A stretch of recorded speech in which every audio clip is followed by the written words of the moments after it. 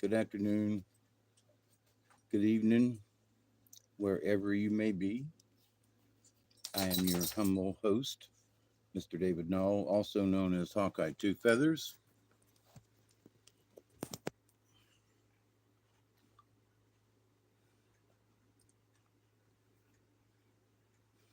Each and every time I greet you with the love and the honor of the infinite creator, and I continue to pray that each and every day that each and every one of you will continue to learn how to accept and receive the knowledge, the healing, the wisdom, and the many blessings from the universe. And so it is with great pleasure. I don't know if I'm sideways or not. If you are, I can turn like this. But so, hey, Chloe, am I sideways or upside?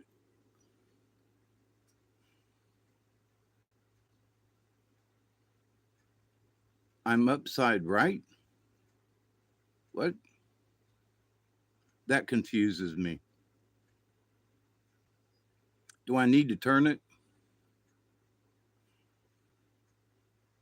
Oh, okay, thank you.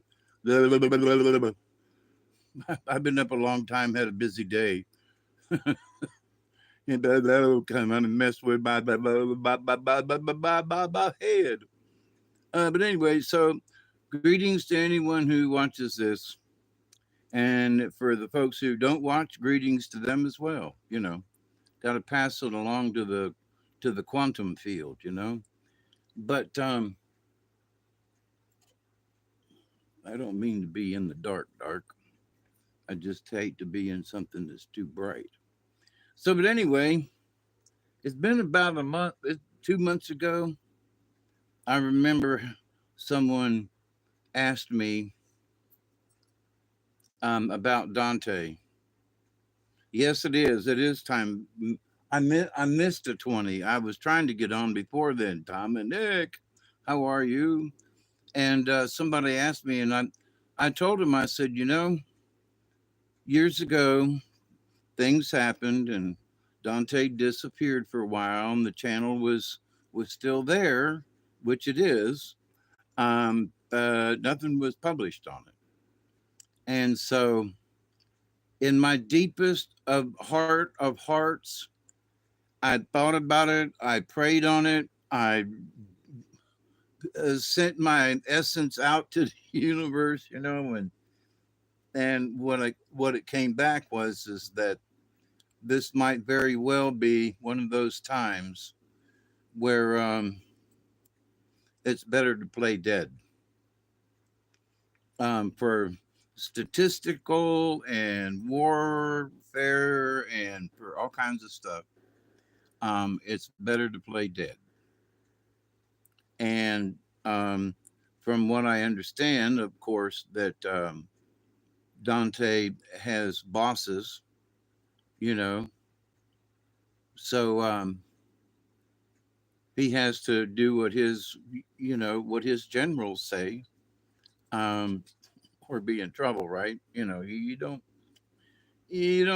argue too much with the generals. You can give them your point of view, but if they say do it, So, um, and from what I understand, there was some of that to where you know they didn't think that Dante's voice, in my humble opinion, this is what I gleaned from this, that the powers that be, who are the bosses of Dante, and which means that they they're the ones who control the release of information, and how it is released, and etc. And you know, the only way to make a change is to teach people.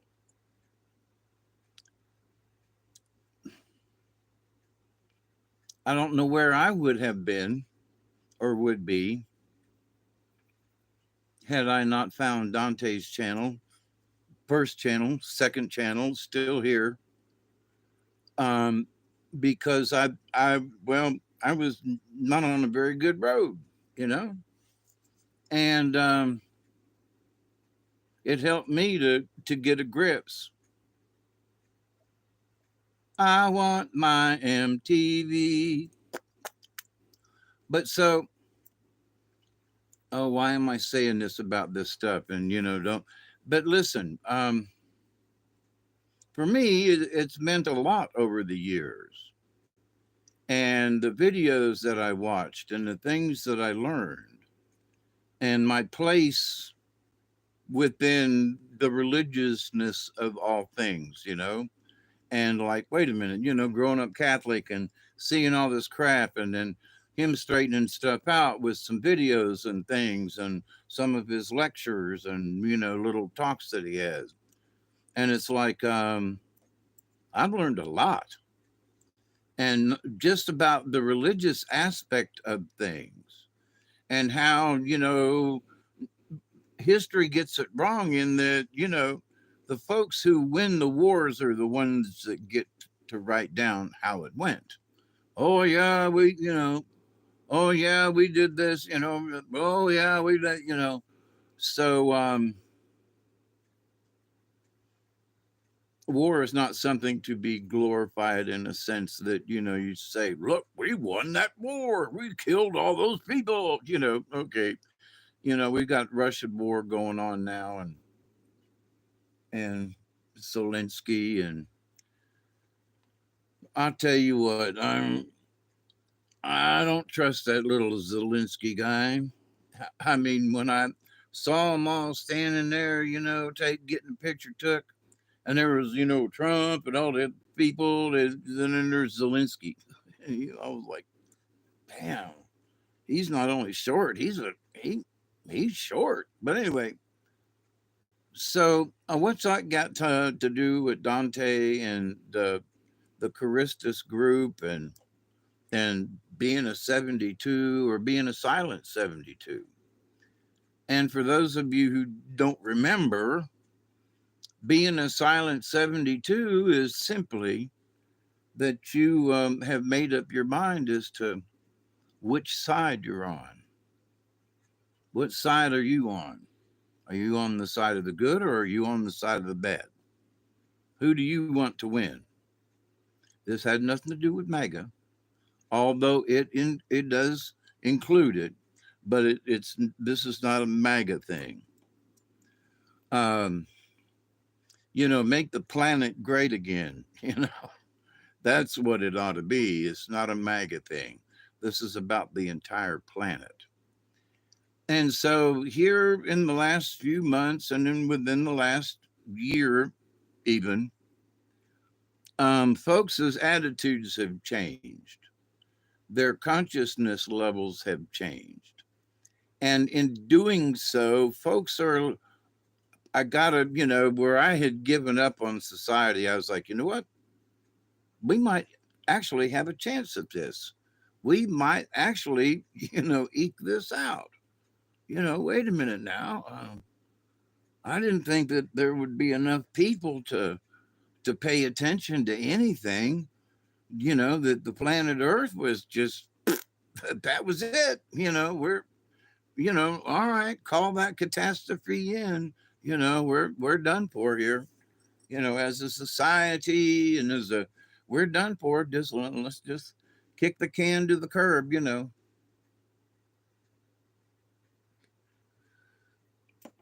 But folks started to pay more attention.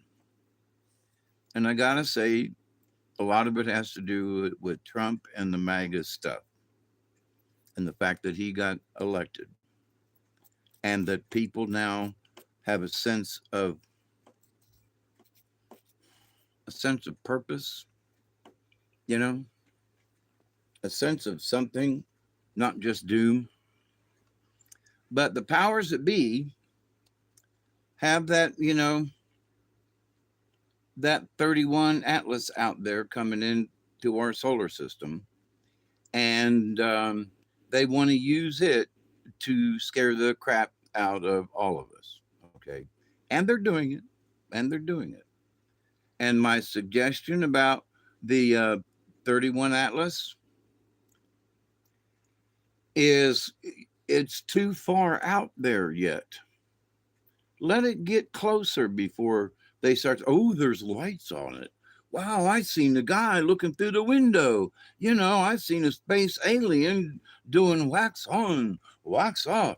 They must have watched the Karate Kid from out there in space somewhere. Holy crap. You know. Um, but there's also some interesting developments in the alien disclosure thing. And that a week before Donald Trump was elected, before the elections, they didn't know he was going to be elected, but hopeful, right? But anyway, so Don Jr. on a podcast invites, I can't remember their names at the moment, but two of the guys, that are the whistleblowers for UAPs, right? A week before his father was elected president. And now Tulsi Gabbard has mentioned stuff. This lady that was a Luna person was on a podcast, mentioned stuff about aliens and things. And a week before, that's one of the other staff, you know, President, Vice President Vance, he's like, man, I'm going to get into aliens this summer. And, it's really a good. So there's another one. So you want to know whether or not there's a disclosure. It is ongoing. And so they're having the congressional things and the whistleblowers, but there is an ongoing, there are folks who have been letting little tidbits out. So, they're throwing stuff, out to us as part of the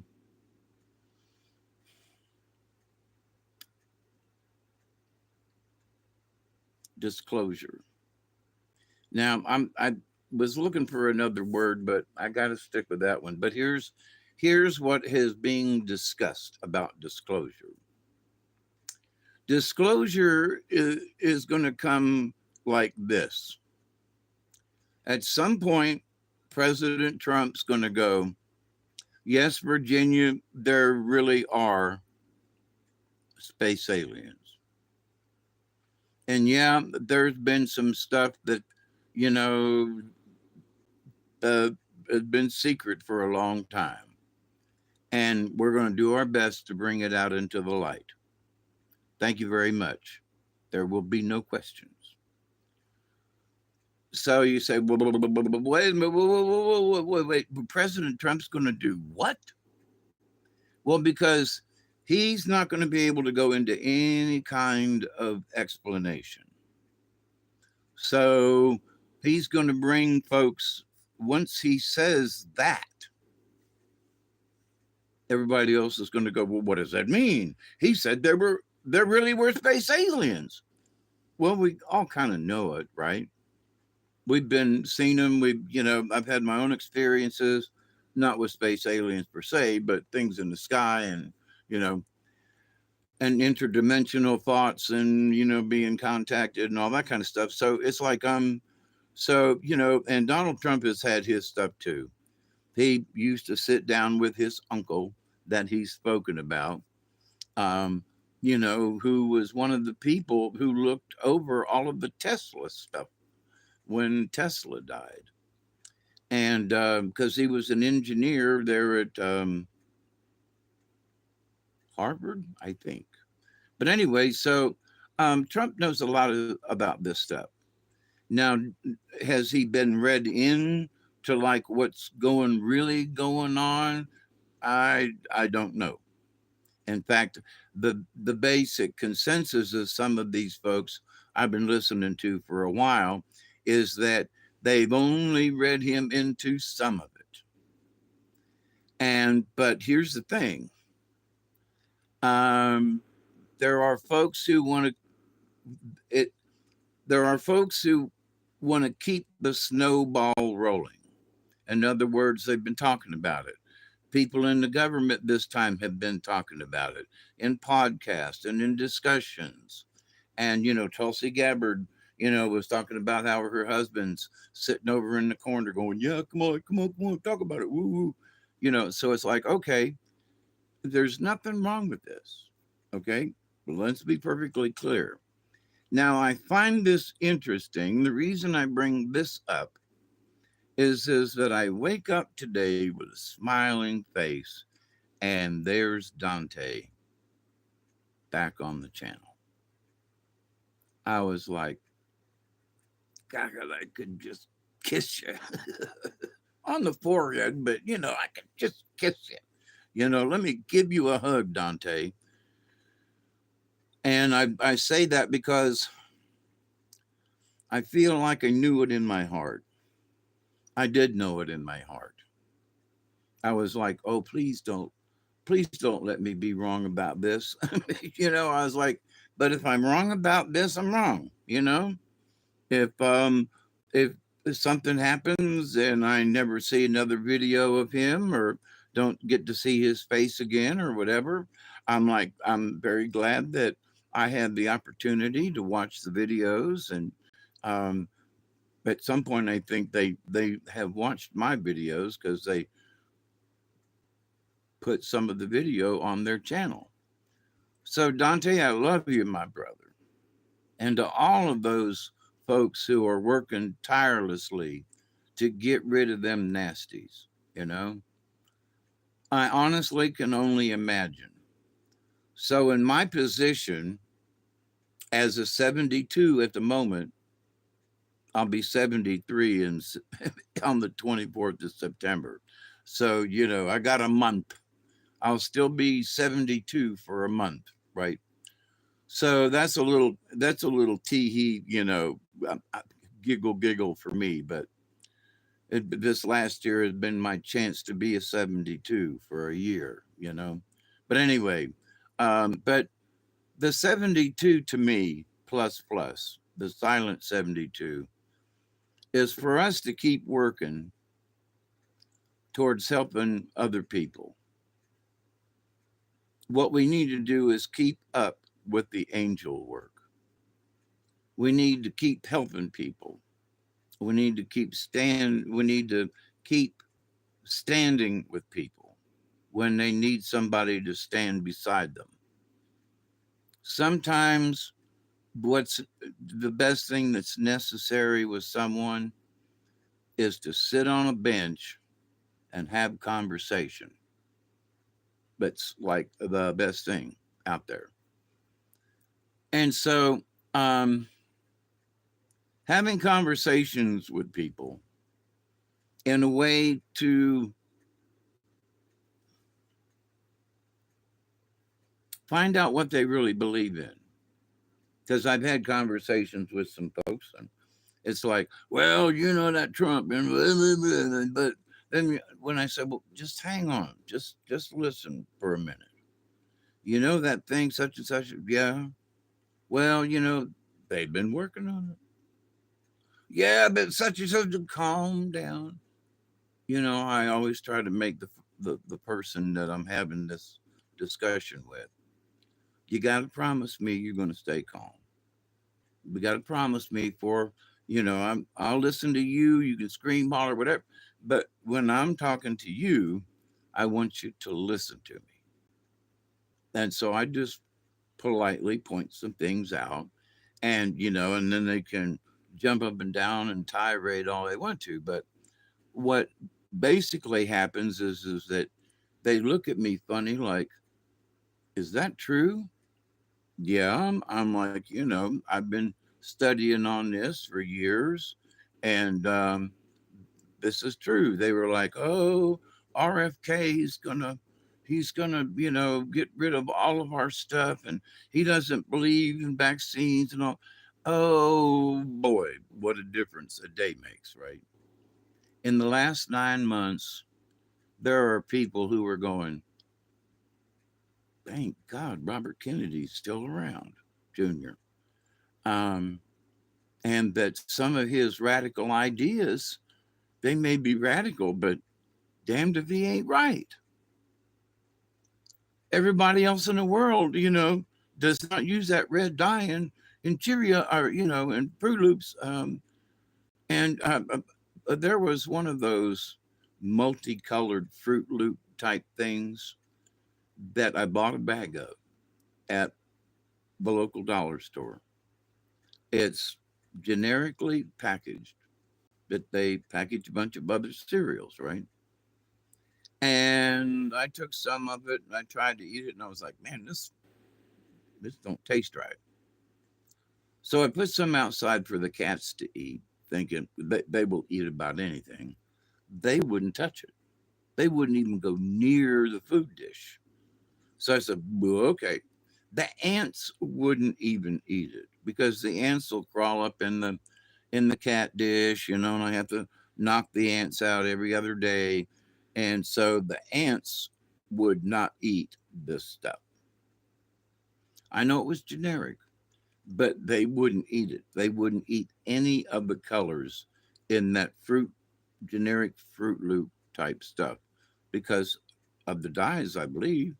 Poison wouldn't touch it. So anyway, so here so the fact that, he stepped in and said, hey, wait a minute, um, we got to stick with this. And after everybody jumped up and down, it's been changed. And the manufacturer is going, well, we got away with it for a while. What, trying to poison everybody with that stuff? Yeah, well, and we had to get rid of it. It was toxic waste. Okay. So in this universe of things, I, I'm just going to repeat some of the ramblings that I've heard from different channels, different people, okay, about the ET thing. And that apparently the ET thing is that um ET would like for us to like, come on, guys, you're so close. Come on, just a little bit more. Come on. Now, it was suggested or stated, actually, not by me, but that the reason Trump was going all around the world trying to bring peace to everybody is that because one of the conditions that ET folks have or had or whatever tense is that everybody's got to everybody's got to make a peace deal. The whole planet's got to be make a peace deal, or they ain't coming down. Don't know how true that is, but that's what the scuttlebutt is, right? So, but these ET folks, the benevolent ones, and some of the ones that are a little sketchy along the edge, might be some mafioso types. Um, but beware of them too, right? So that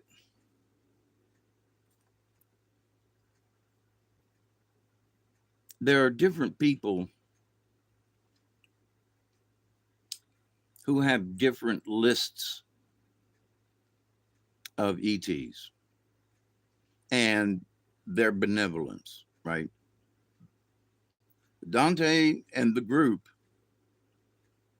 have a crap load of information about the ET and their status, who's good, who's bad, who will, just would just like to just kill you because, or someone who will sit down and have a conversation with you.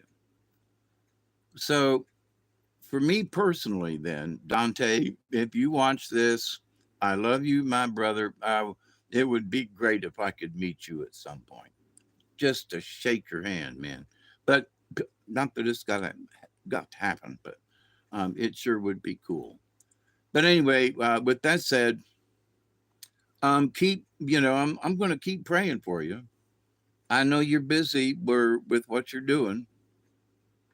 I know you've got a lot more headaches than I do. I'm just trying to keep breathing. My heart condition is they sent me to the hospital today, and If the swelling don't go down, they're going to put me in the hospital in the next 3 days. So I got to work on this. But anyway, so that's my cross I got to bear. I got to try to get my heart condition better. I'm retaining way too much fluid, and it's hard to breathe. It's hard to walk. It's hard to do anything. Blood pressure goes up and down, and it's not good. Um, I'm okay, but the swelling and the retaining water is not good, and it does hurt. It hurts my legs. But anyway, enough said.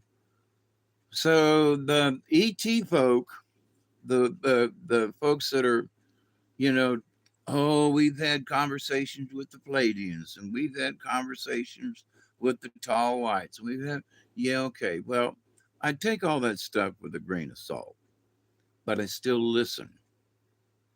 You got to listen, because if there's just a little bit of truth to what these folks discuss, it's worth listening. So, but what is the silent 72 plus plus? To remind folks, what does it mean? What is it? The Charistus group, um, you know, they work for the cause.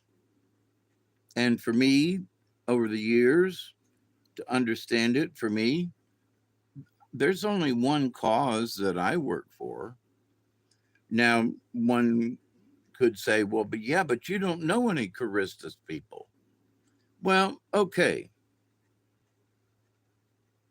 But in listening to Dante and how I feel about the universe, I growing up Catholic, growing up this and that, being a shaman in training, so what is the most important thing to a lot of us, especially in our old age, is to help one another. We see our friends and brothers and sisters pass away.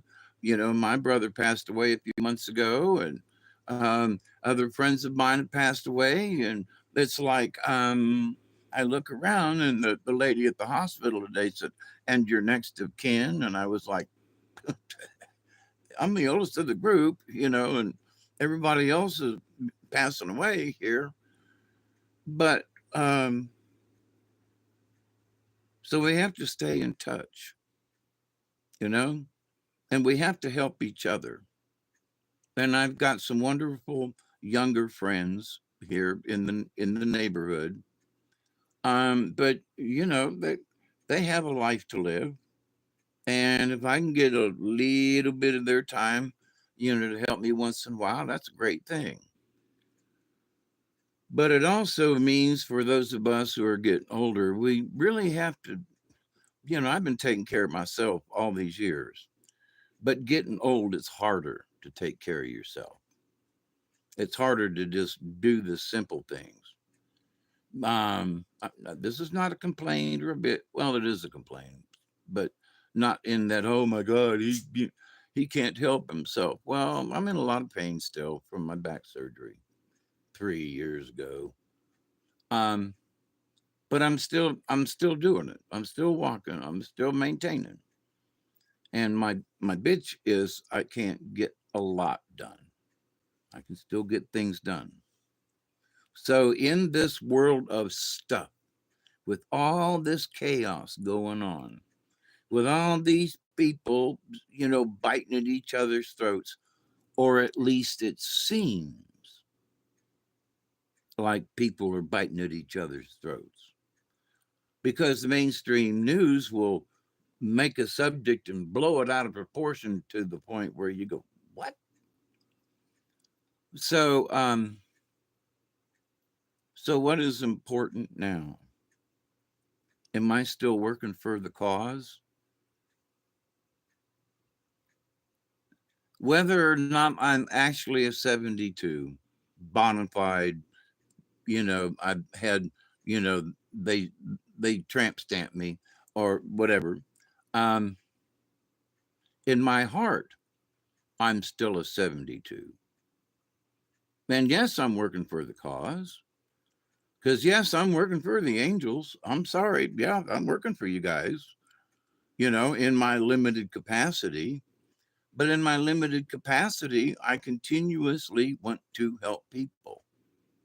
When I'm in the hospital, I go around talking with folks, having conversation. And that's what I said earlier, that sometimes, what somebody needs is to sit down on a bench or a chair. But, I'm thinking a bench out in front of an old store sitting in town, and you just sit down on the bench and you just sit down on the bench, right?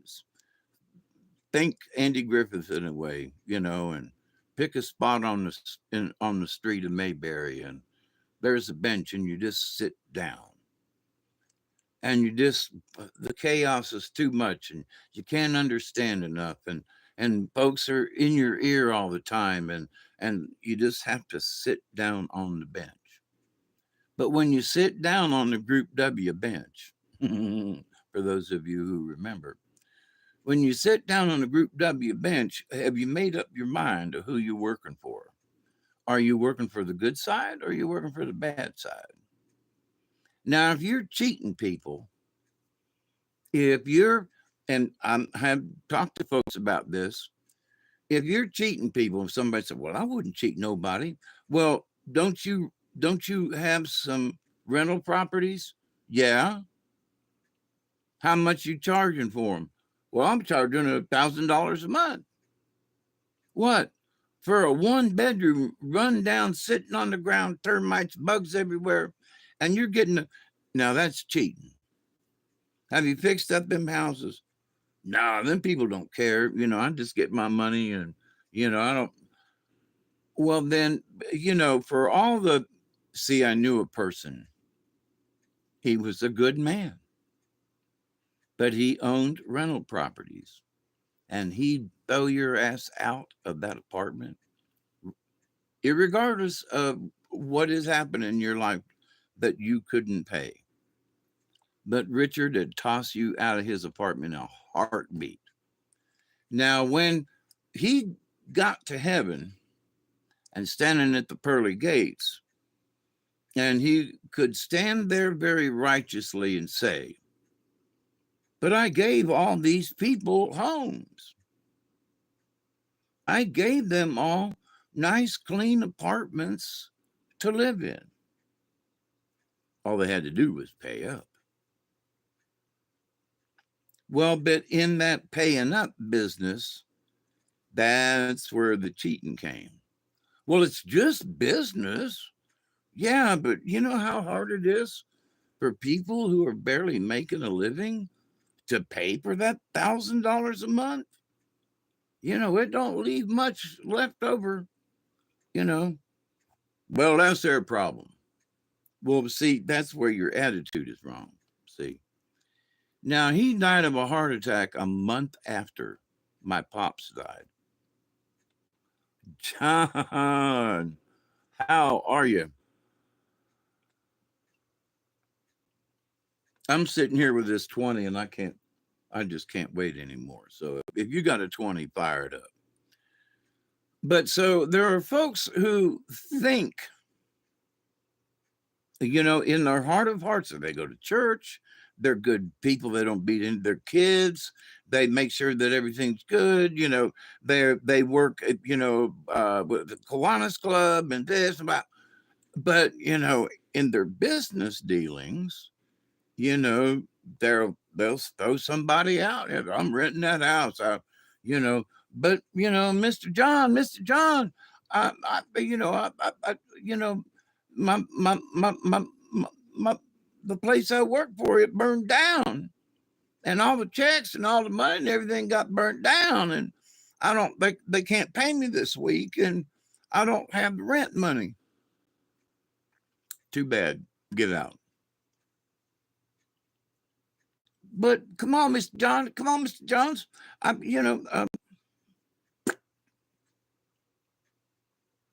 your rent is due on the first of the month, irregardless of what your issue is. Didn't we have an agreement? But Mr. Jones, I mean, I'm honest. I've been paying you. I've been paying you right on time. But you know, the whole building burned down. I mean, you know, we didn't ain't gonna want to get a pay. Don't care. First of the month. Where's the money? Good Christian man. He gets to heaven, and St. Peter's like, you were a cheating bastard. Because I used to confront Richard before he died.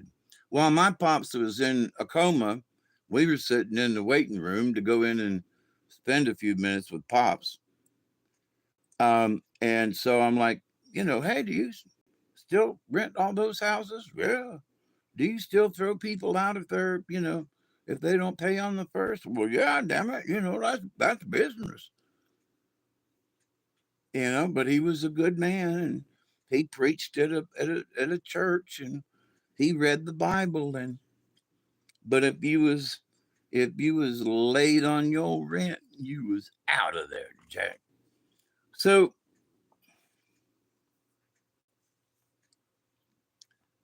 there is working for the, you know, he give a little money to the this or give a little money to at the church, or you know, but if somebody had an issue that they couldn't pay the rent, to let them slide was bad business, you know.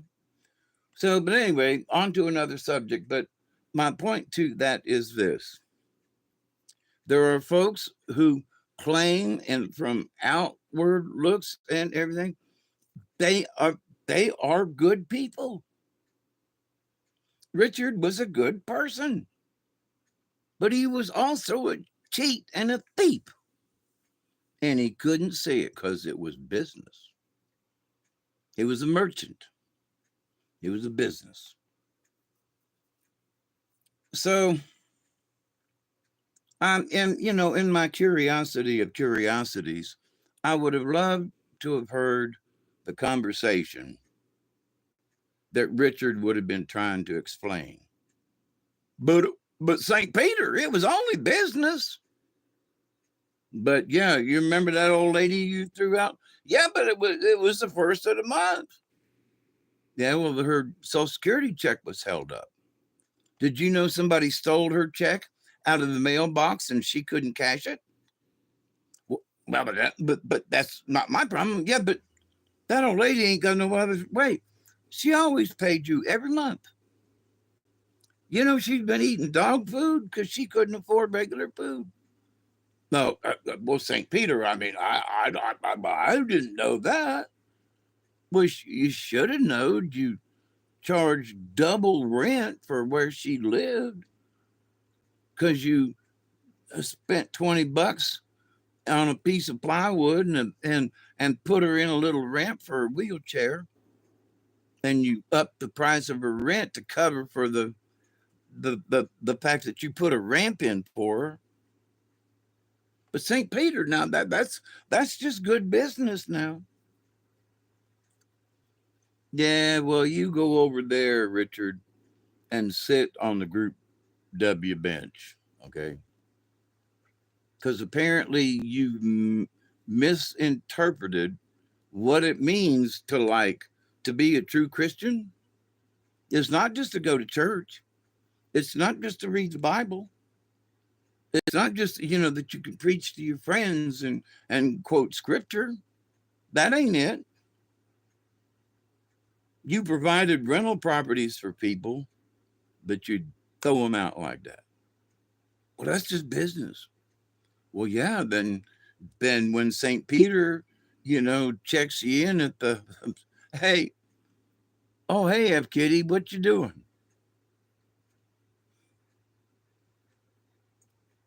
It's a 20. I said that 10 minutes ago. Greetings, everybody. It says there's 8 people. Hi, 8 people. How you doing? So, for those of you, you know, you've heard me, you long timers, you you've heard me talk about Dante, and I guess some of you know who he is. And I woke up this morning and jumped online real quick, couldn't figure out why. And the first thing I saw was, and I was like, no, it can't be. That's Dante. What? And that's the Christus channel. What? And so I was really happy because a couple of months ago, some of y'all asked me, did I think that Dante was dead? Because of that last um, video that had been put out. Um, and so I gave my 10 cents worth then. And I said, I reminded everybody, I said, remember a few years back when Dante just kind of disappeared, and they switched channels and they started back up, but so and he was quiet for a while. So I said, a few months ago, I said, it might be that sometimes the best thing to do is if people think you're dead, is to stay dead. There's a lot of stuff you can get done if people think you're dead, especially if you're in a war with some really mean and bad and nasty people. If they think you're gone, well, they can say, well, General A-hole's out of the way. We don't have to worry about him no more. And so, but so for Dante, if if if it was correct for him to um, play the demise card, then cheers, good for you. Sometimes you just got to do it. Sometimes you just got to lay low.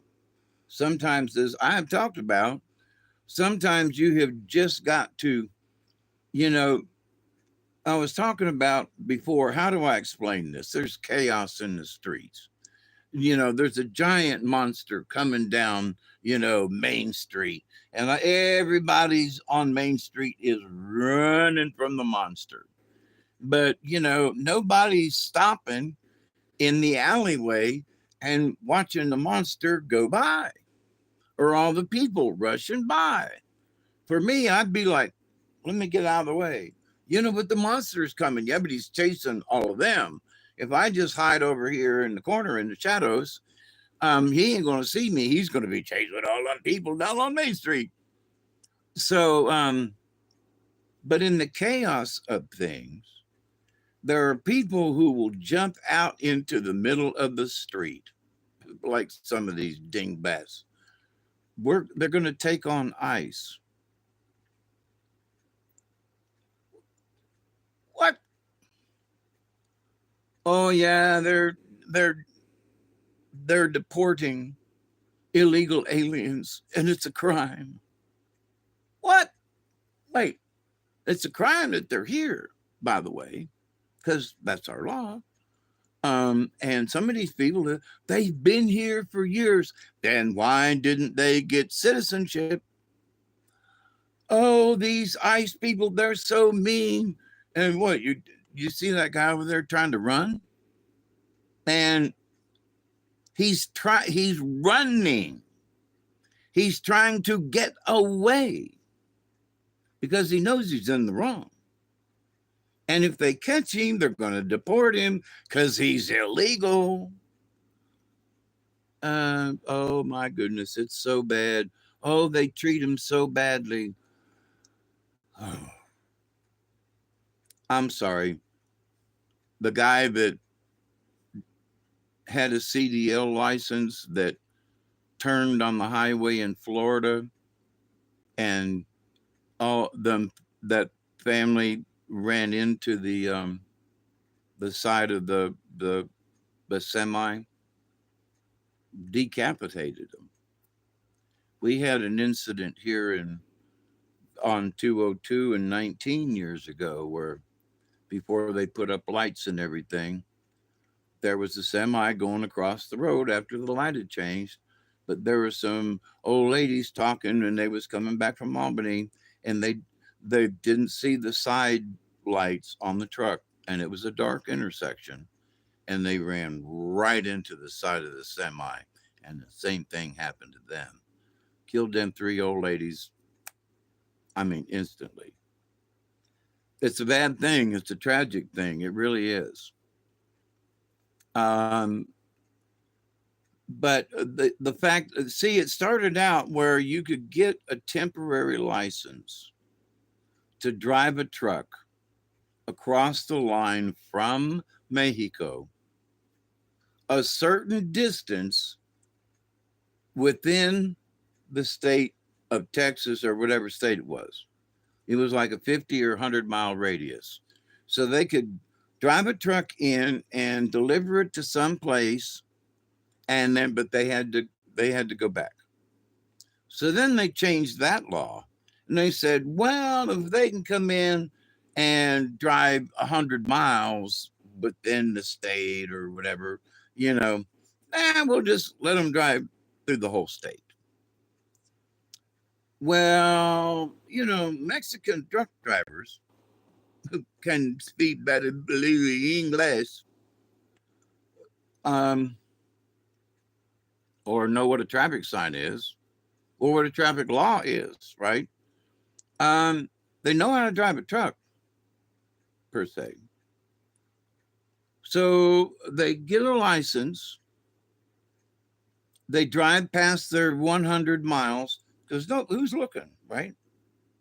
And then the United States says, well, it's okay for you to just, if you've got one of those temporary licenses to drive from Mexico and drive a truck, then we'll let you deliver your product anywhere in the United States.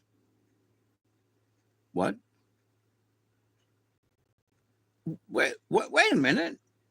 So now Mexican truck drivers, and it has been like this for years. One reason the truck drivers have been bitching and complaining, but nobody listens, right? Is because there have been so many, not just Mexican, but other nationalities literally take over truck driving, right? And it's like, but, well, somebody gave them a license until they get stopped. Now, the thing that needs to happen now, I've seen some cops, state patrol, it's like, well, they don't really want to, the guy's got a full load. I'll give him a ticket, you know? I really don't want to send him to jail, and I don't really want to deport the guy. He's got a whole truckload of chickens he's got to deliver, and so I'm going to give you a ticket. Show up in court and pay the fine. Okay. So the good-natured cop doesn't want to see the guy lose his job. Knows he's working hard, he's driving his truck, right? But he can't read a stop, he don't know what stop signs are, and he doesn't know, he doesn't know the rules of the road. And he's got a temporary license from Mexico that ran out a month ago. And so he's like, okay, I'm going to write you a ticket and, show up for court and don't do this again. He's like, see, he can't even understand what the cop's telling him, right? So all the Mexican dude he's got to show up for court. Oh yeah, see, he's got a piece of paper and it's got a thing down there. So he's got to go to court. So the judge doesn't want to call the immigration office either, because the guy showed up and he's going to pay a fine, which helps to pay the judge's salary, whoever that judge is. And that helps keep the lights on in the courthouse, right? So it's like, so this guy who's an illegal, who was speeding, had some kind of minor accident or something, and the cops, he goes through the judicial system. And you say, Dave, how can that happen? Because it happens all the time. They don't look to see if the person is legal or not, They don't look. Now, they might be looking now, okay? But you say, well, Hawkeye, well, what's that got to do with the price of beans? That's the fact that there are so many people here in the United States that don't have, they're not patriotic like I am. They're patriotic to the Mexican flag. They're flying the Mexican flag and singing, and so where's your American flag? You crossed the border, you came up here. Don't you want to become an American? Don't you love America? Shouldn't you be waving an American flag? Why are you waving Mexican flags? I'm glad you're from Mexico, but they don't have patriotism for the United States. The United States is here to serve them. Give them a job, get some money, yeah, okay. Because they can't get that in Mexico. So they come up here, and I say they cheat and steal. Well, they cheated on getting a license, but the government and somebody let them. They're stealing jobs from other truck drivers here in the United States because they'll work cheaper. They don't know what a lot of this stuff means. How they got to check their load, how they got to keep up with paperwork, and how they got to do this. So they just drive, they get it there, and if they don't get caught, then they load them back up and they send them home. So here's a truck driver. Unless he gets caught, nobody knows. Nobody knows what he's hauling. Well, he's working for this company. Okay. But nobody knows what he's hauling. But he's hauling it. Well, he must have a driver's license because he's driving a truck. He's driven the truck for a couple of years now, so he must be okay. But, si, senor, me, see, he still can barely speak in broken English. Now, I scratch my head and go, okay, we like to help the little people. This guy he's obviously blue collar, and he obviously needs a job because he wants to drive the truck. He obviously likes truck driving, but the thing is he can't speak English. He can't read road signs. He can't read the rules of the road. He's illegal. And then I would go one further, and the truck cab and trailer has to have, what? Have trackers. Some of them do. Some of them do. I've had several friends of mine, cut it out, that are truck drivers and long haul drivers. And they're like, I can't see how these guys get away with it. They got to pull in, like in Florida, they got the chicken coops, you got to pull in, and you got to weigh your trailer, and you got to do this and that. You got down on the Swanee there, they got, on 19, they got an agricultural station. If you're hauling any kind of vegetables, products, or anything like that, you got to stop and they got to check your load. So, and how these folks, when they have, it's mandatory, every truck's got to stop. Because if they don't stop, they'll chase your butt down.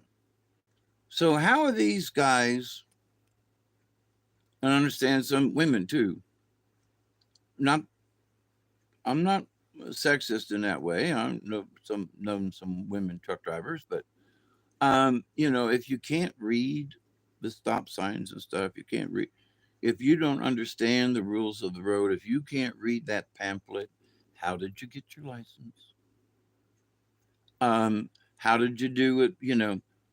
And so, should we allow these people to continue when the rest of us have to follow the laws?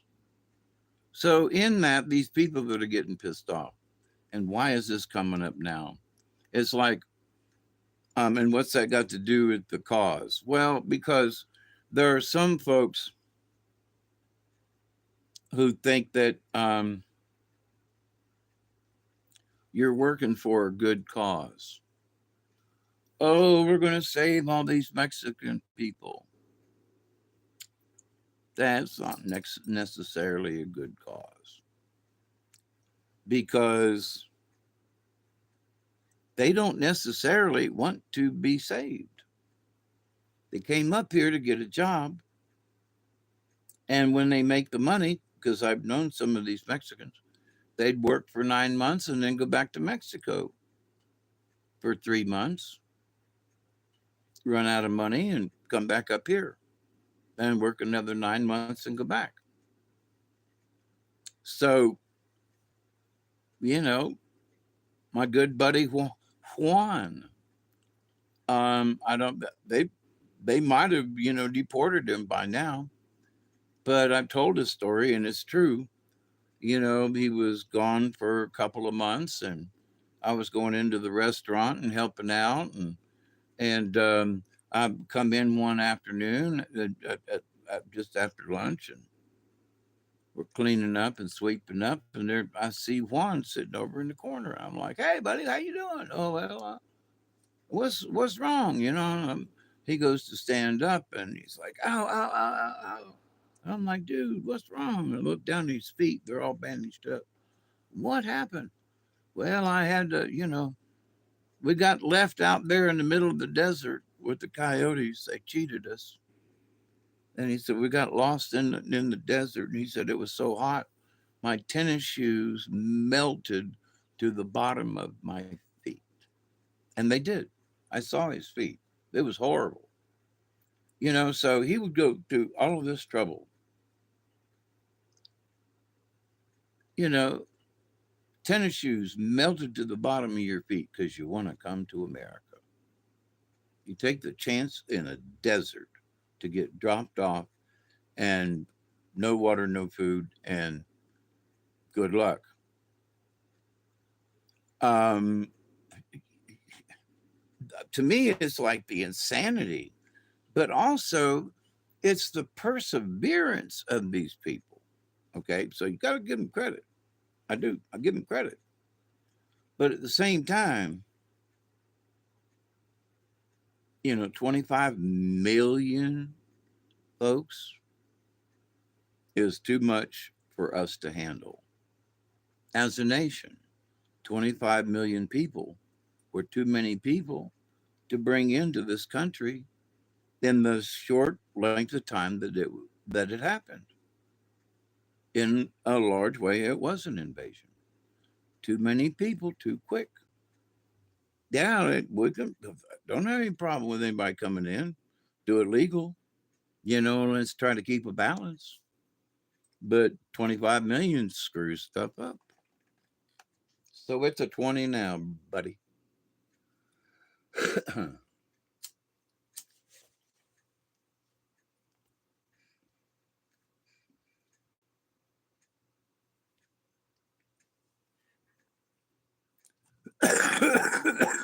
So cheers.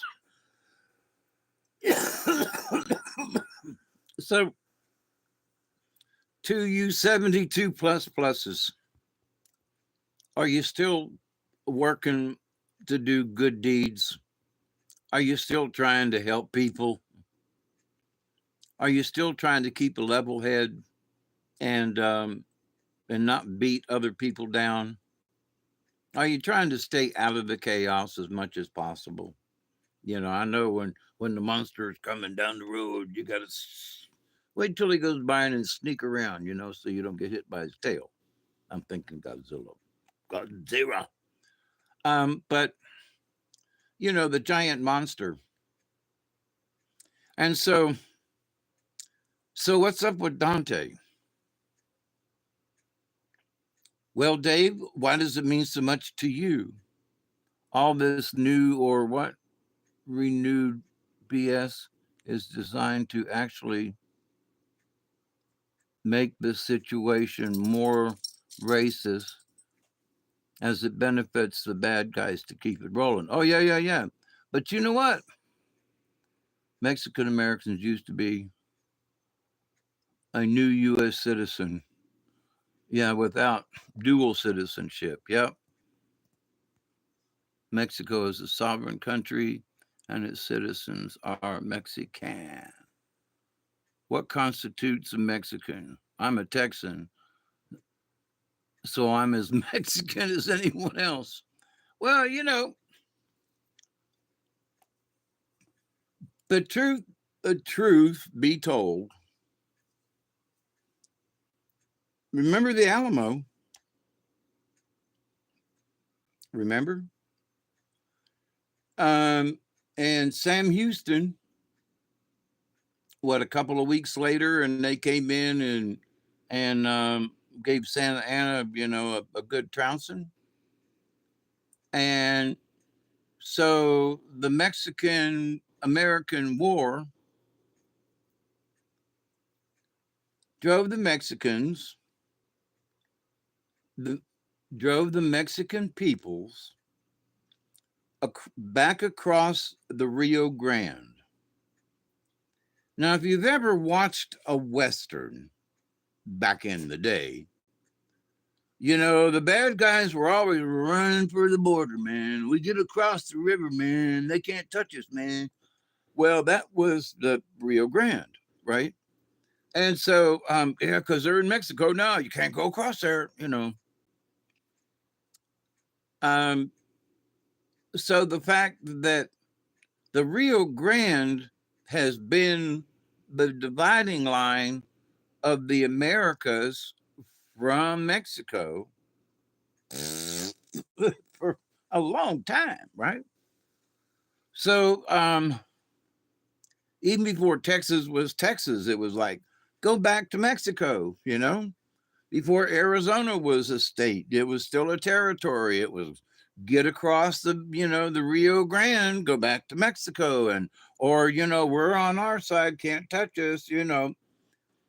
So, but let's be really brutally honest. Yeah. Uh, America was Spanish all the way up into Kansas and all the way up, to the Rocky Mountains kind of thing at one time. Yeah, that was 500 years ago, when the Aztecs were still Roman and a few things have changed, like the Gulf of America. Um, the Rio Grande is still the Rio Grande, and well, Texas was Mexico. Yeah, 300 years ago. But after the War of the States and the Alamo and all this other stuff, Mexico south of the Rio Grande. Period. Texas is Texas. Yes, it's got Mexican heritage. Yes, and I think that's great. But it ain't Mexico. It ain't Mexico. And don't try to make it to be. And but Texas is such a big place, and there's so many Mexican people that live there and spread out all over the state. And what do you want to do about it? They're Americans. Yeah, but they're Mexican people. They're American. If you're gonna start pulling this Mexican race card, Latino, well, what about us Mexican? Wait a minute. If you're going to pull the Mexican card, then you're not an American. Well, yeah, I am. No, you ain't. Yeah, I am. No, you ain't. If you're going to pull that Mexican flag out every time you feel oppressed, oh, you beating down us Latinos, cut it out. All of us Mexicans, man, well, look at us, wave them. That Mexican flag, what are you doing? You're on American soil. Do you have a driver's license? Yeah. Do you live in the state of Georgia? Yeah. And you were born where? Well, I was born in Cincinnati, but mom and daddy are Mexican. But you were born in Cincinnati. Yeah. Well, then you ain't Mexican. You an American, right? Well, yeah, but my mom and daddy, but mom and daddy, nothing. Your mom and daddy come here.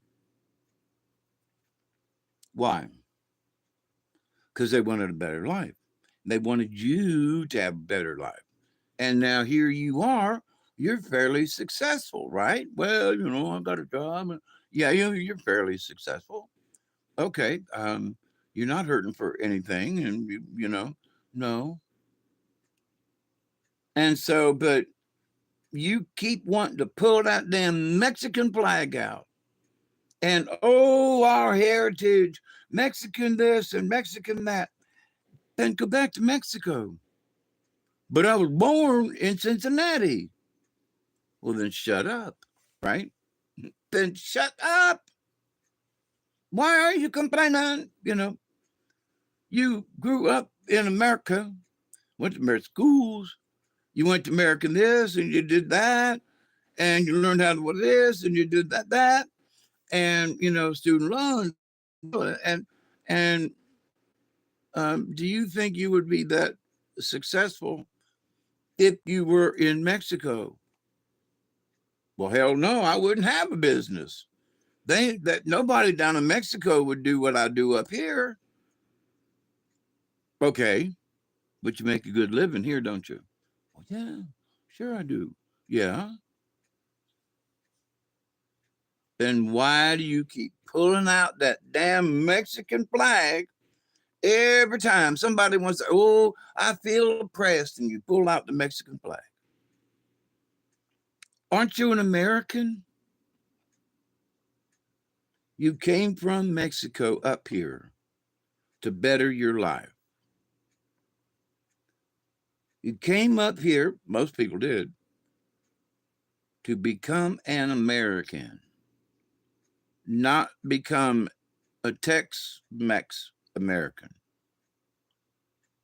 You came up here to be an American back in the day. But now, see, it's like, well, no, I just want to go there. I don't want to be an American. I just want to go there, you know.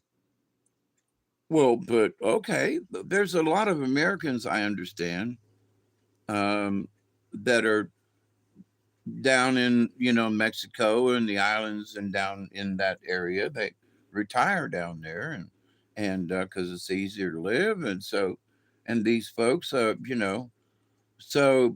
they've got money. They're retired. They're not being a burden on the system. They got moolah. So all they're going to do is spend.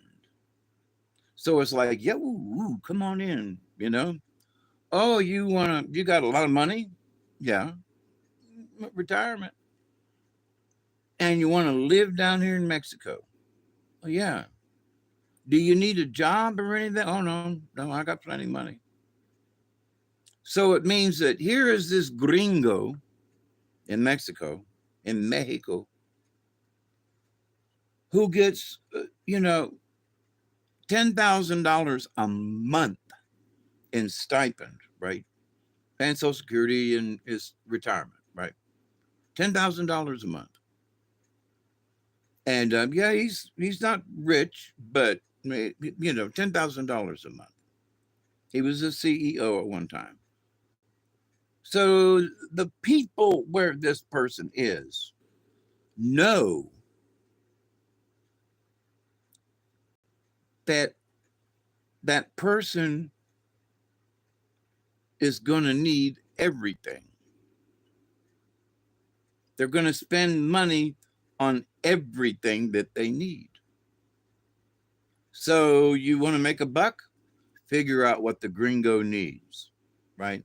Because he's got money and he's got to pay it out because he require or she requires things. They require a house. They require this. They require drinks. They require their back rub, whatever it is. They got moolah. The Mexicans come up here, they ain't got no moolah. You know, they don't have money in their bank account. It is not the same thing. Well, Americans go to Mexico, yeah, because they got money.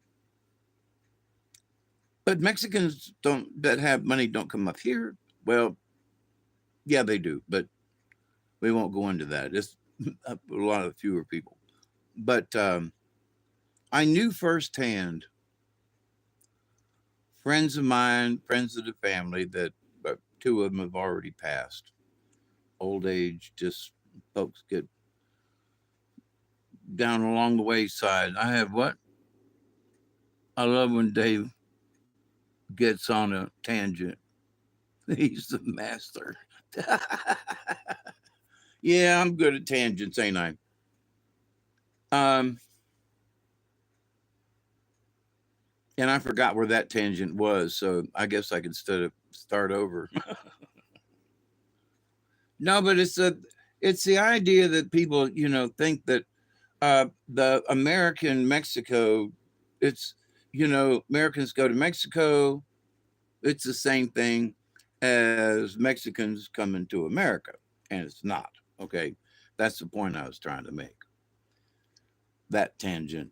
Keep me in line, John. Um.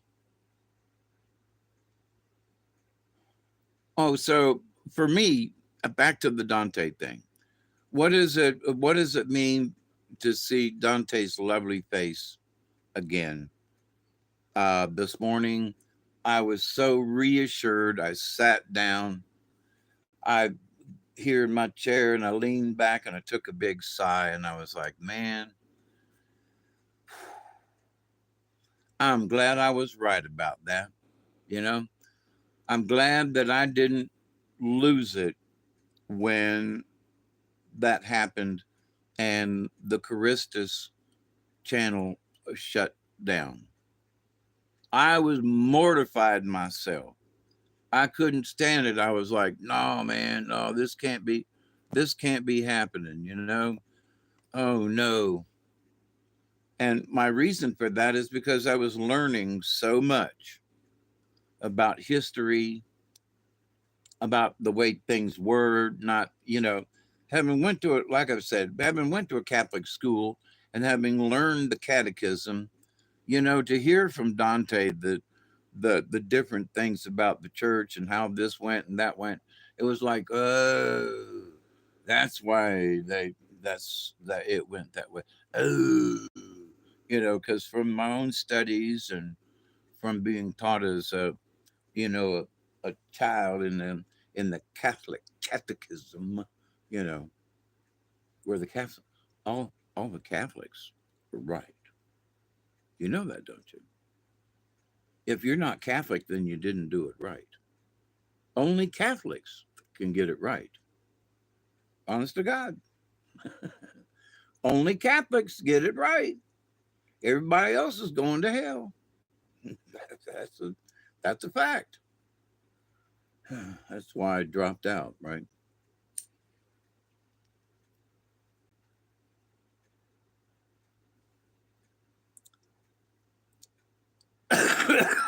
So Dante, cheers if you see this. And if you don't, cheers to the rest of you all too. So 2025 is halfway over.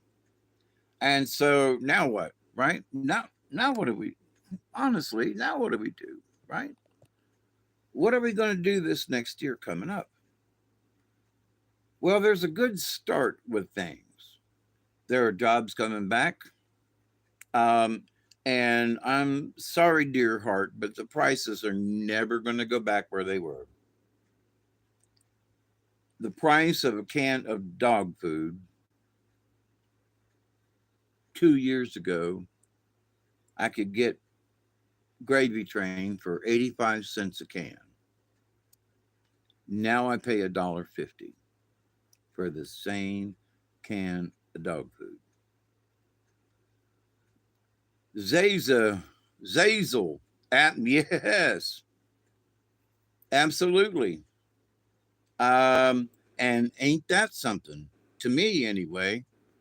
And if you remember, and I'm bragging about this because I told everybody don't get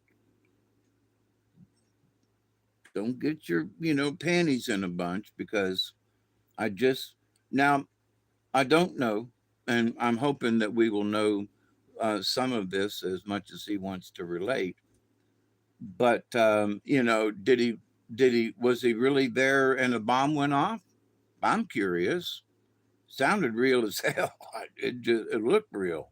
So and if he was, I'm hoping because I got to see his face today. I'm hoping that if he was wounded in any way, that it was not serious. He looked healthy. I was like, oh my God, there's Dante. Oh man.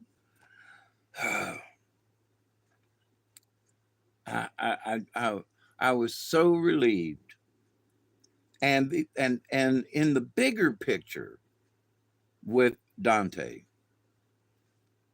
is that if you paid attention, Dante had said that his bosses said that if things didn't turn a certain way, that it was going to be 5 or 10 years before they came back. That they just, you know, the Charistas group and the space aliens in that group of good guys are just throwing their hands up, going, you know, we've had enough. Well, so in my writings and in my thinking, I'll keep hoping too. I love learning about how those pieces fit together. Oh, hey, Jazzy. I'm sorry I didn't say hello. I got cataracts fixed, but I'm having issues with focusing. And it's like I can see stuff, but then I can't see stuff. Wait, cancel. I'm sorry. What did I do? Whoa, crap. There we go. But so anyway, um, I don't know how um, Zazel's doing as far as recruiting for 72s. But I know that me, now some of the people that I included are now dead. So and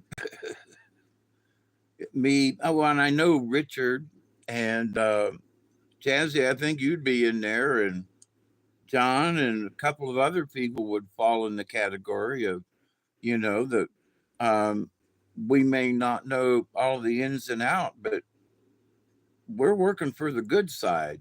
We ain't working for none of that evil business.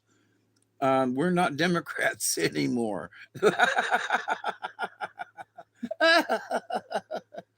We're not Democrats anymore. God, it would be hard to be a Democrat now, wouldn't it? Whoa. But so anyway, just come on, just common sense. Oh, who? Wait, what? What? I was almost there. Where? Almost where? Oh, who is that? Rise above. Oh, hey, how you doing? Yeah, keeping the shine. So yeah, And for me, what have I talked about all these years? You got to keep the faith. You got to keep the faith of your own core value. What's in here that counts, right? That's what matters. Well, yeah, other people and things and stuff, but was talking with a friend the other day, and I said, I said people have, they don't realize it, but they've been caught up in this. This looks stupid.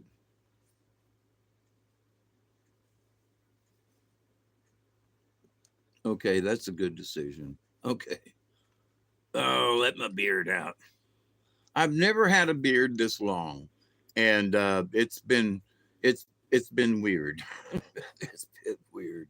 I'm like, well, what do I do with it? And sometimes it gets in the way, and it's like, then I look at myself in the mirror and I go, who is that guy?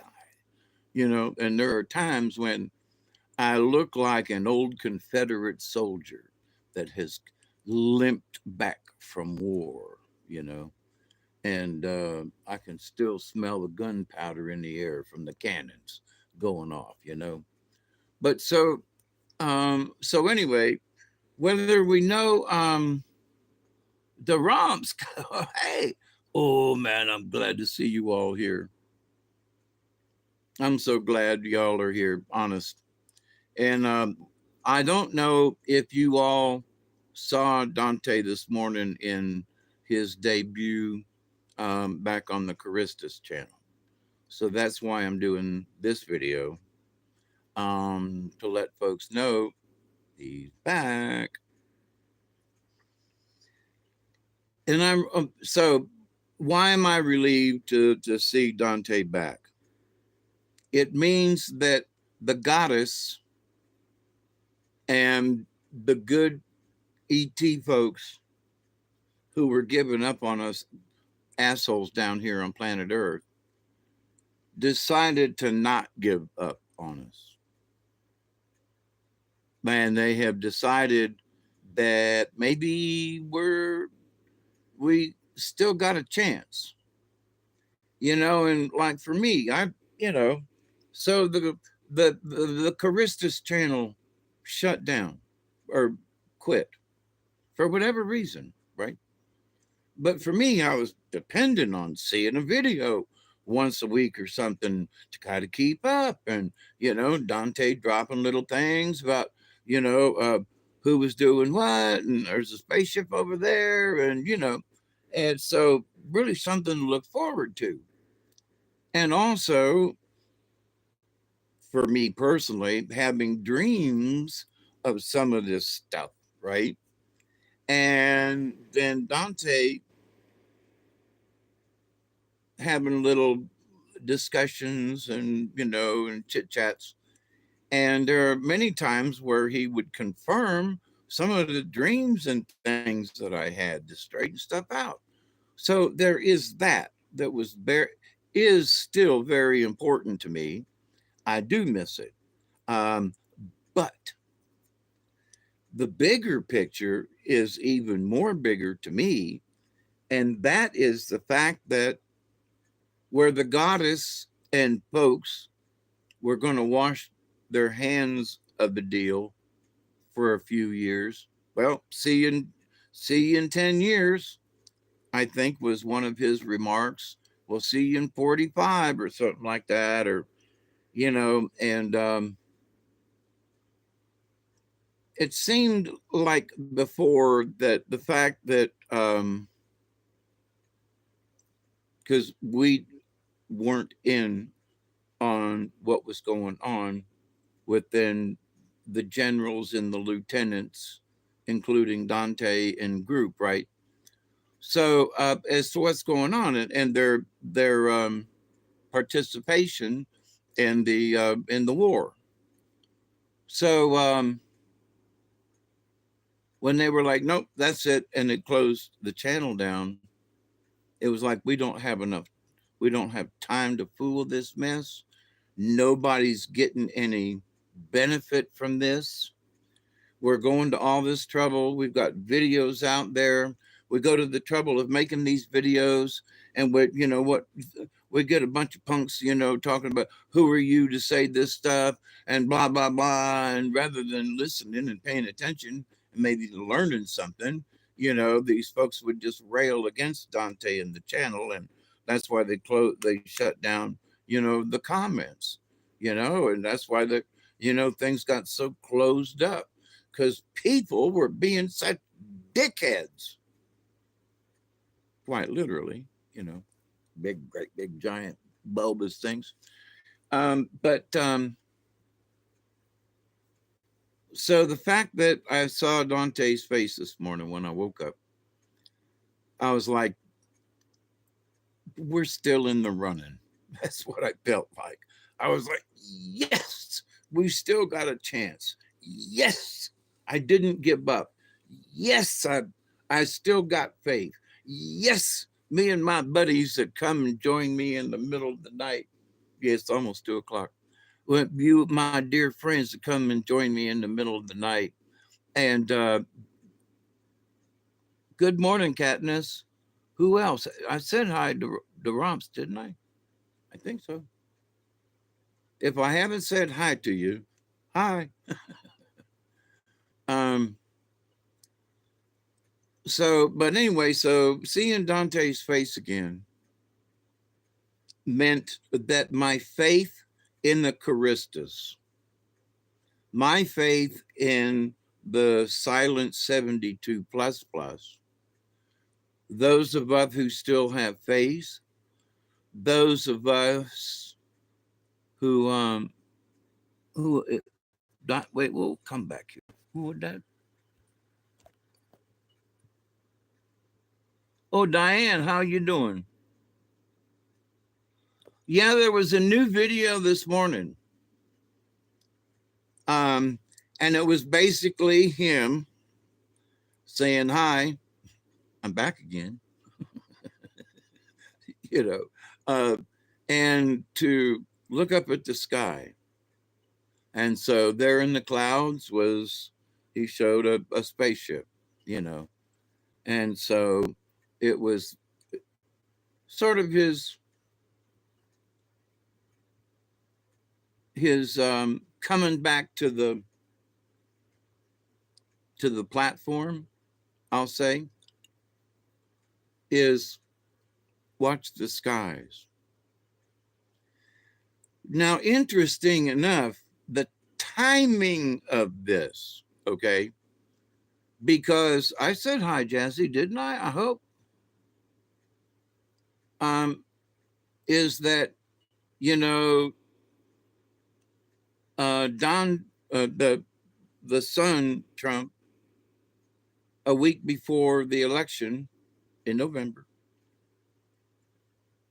did or was it his inauguration?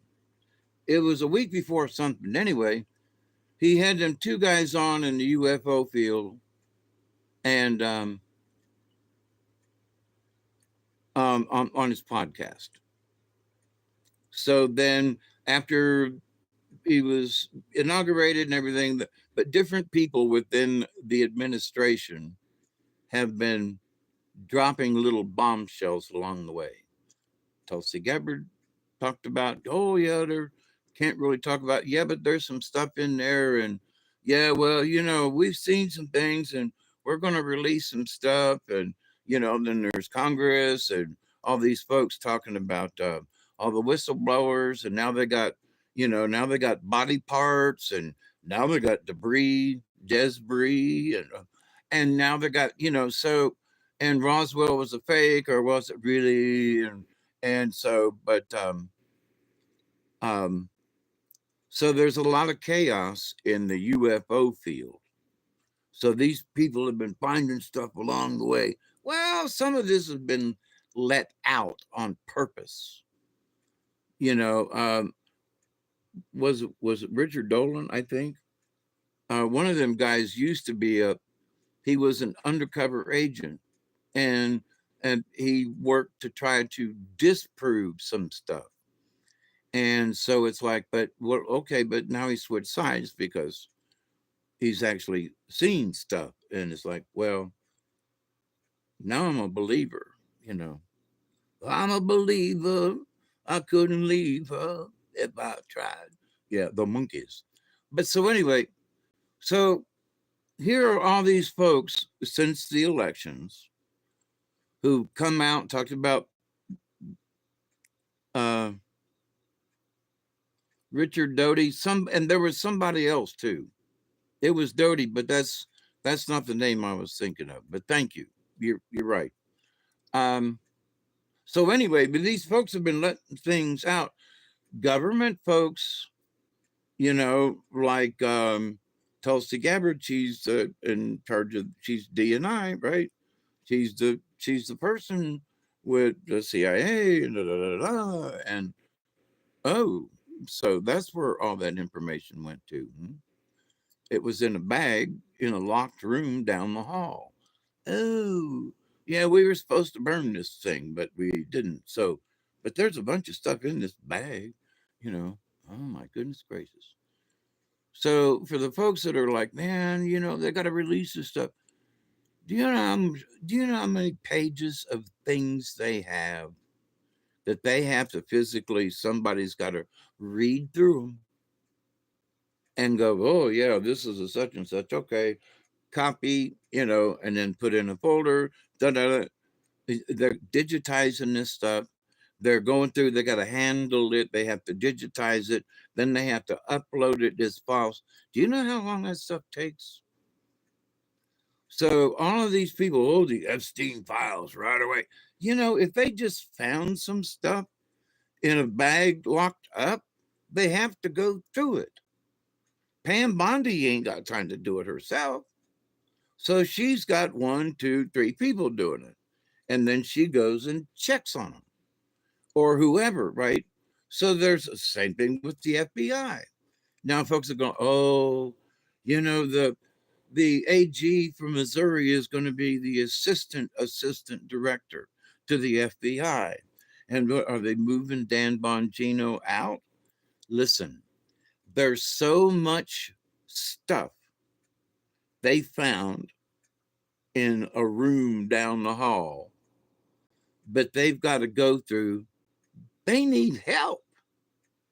And so, what better way to get help than to pick somebody who's already an AG, all right, to come in as an assistant director?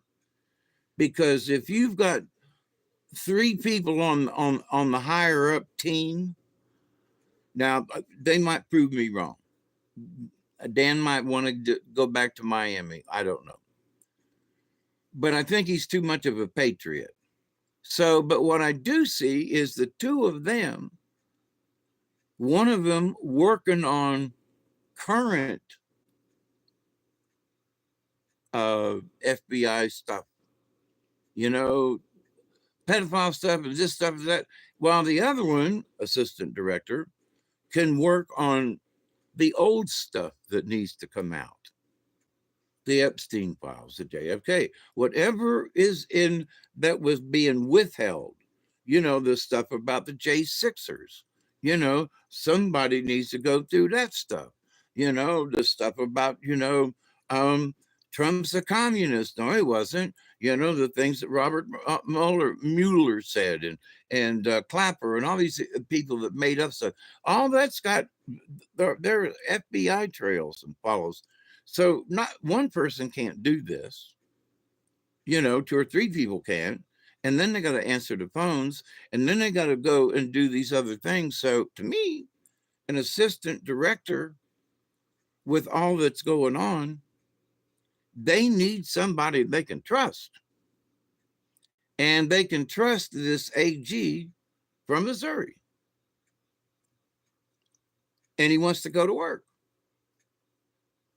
Good. We'll see how it works out. I personally see it as a plus, but other folks see it as they're trying to weasel Dan Bongino out. Maybe that's true, but I don't see it that way. I see it is that they need more help. That's what I see it as.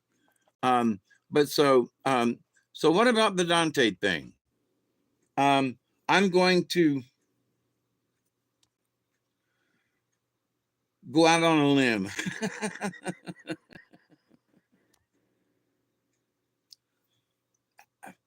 In my heart of hearts, I'm hoping that the goddess and the higher mucket, I don't mean this badly, that the higher muckety mucks, um, whoever they be, will agree, and please listen to me.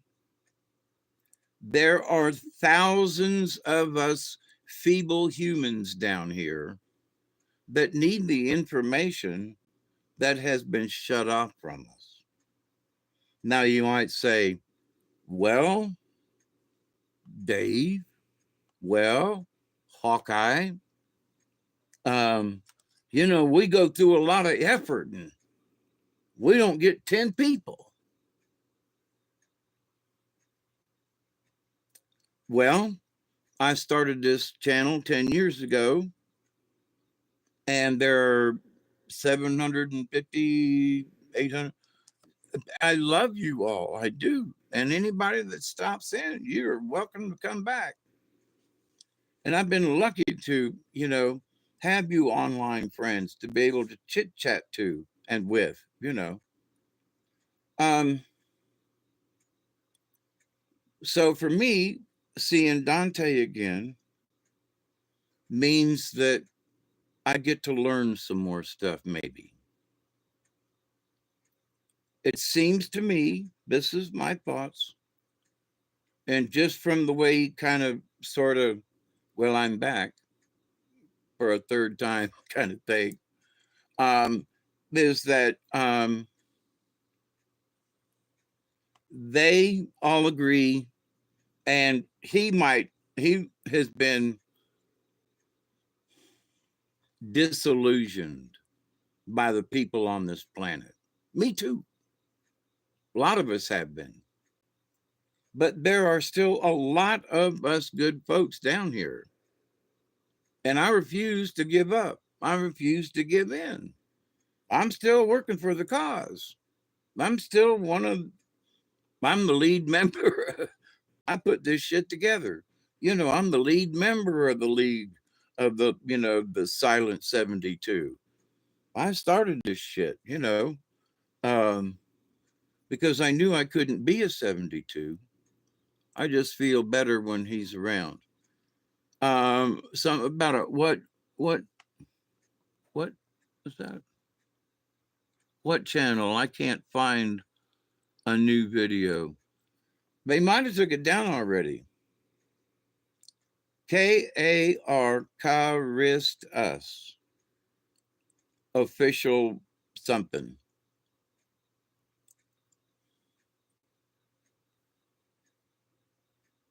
YouTube does not want you to find it either. And I would mess up the live stream if I tried to find it. And they had gotten to the point where they would put a video up and it would only be up for a short amount of time. And I'd have to catch them.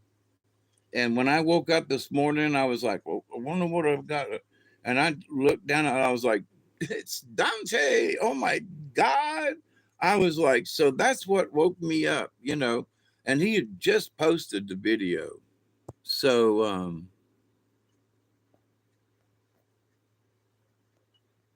the two-step boogie, it's already gone. Did you find the channel, Katniss?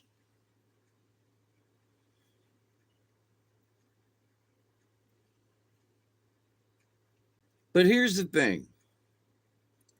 So he stuck his nose out. I love you, Dante.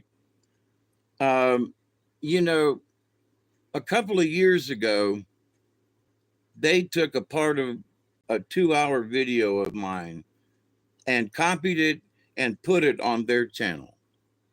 I've bragged about this over the years, and I still am. And in the fact that I still have not lost my faith. And I still say now what I said then. Don't give up on us. To Dante and for those that got us and all of them, all y'all, do not give up on us. There are a bunch of us down here that want to know. Yes, we have forgotten. And yes, it has made us stupid. But yes, we need your help. Do not give up on us. Dante, and to the rest of you, don't give up on us. We want to help. We want to be involved. We don't know how because a lot of what's going on happens in Europe. So, and there are things that are going on here in the United States, but none of us know. We're not privy to it. But for me, that's why I say I'm a silent 72 plus. I'm still working plus. If they're, you know, I'm plus the 72 mark, meaning I'm beyond the 72. I'm 73, and I will be in a month. That was coincidence. But in that I'm a 72 in my heart, even though I was not actually uh, christened as a um, a 72. In my heart, I have only worked for the cause. When I found out what the cause is, yep, I've been working for them ever for a bunch of years, without knowing who they were, you know.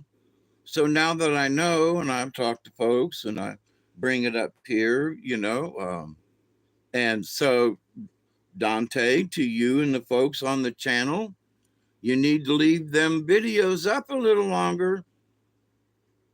Whoever's bright idea is that you put it up for an hour or two and then take it down, pay attention, is insanity.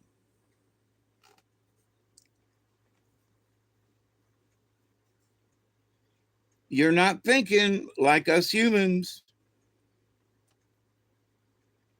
Take my word for it. You want us to learn, but then you dangle the answers out the bus window going 90 miles an hour down the interstate. Hey, everybody, look at this. Here's some stuff. Look at it. Look at it. So you dangle videos. I love you, but you dangle videos in front. I'm standing here sitting saying, hey, yeah, the video's up this morning. It's gone. It's down. Why can't you leave it up for a day? Is there some reason that you can't let them stay up for longer than an hour or two? Because, dear friends, Dante and group, please listen. You guys got to leave it up longer. You're never going to see any results if you cut it off. I've been a teacher. I've been a director. I have worked with people. I have written plays and listen, you have got to give people the opportunity to be able to take it in. If you don't give them the chance, so it's like right now, I'm having this conversation with my dear friends. Hey, Dante put a video up today. Well, it's already down. It's not even been 24 hours.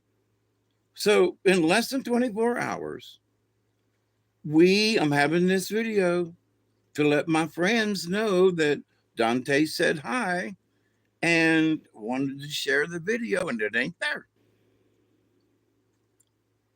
So to the Charistus group, whoever's making that decision to shut the videos off, listen to an old man and pay attention.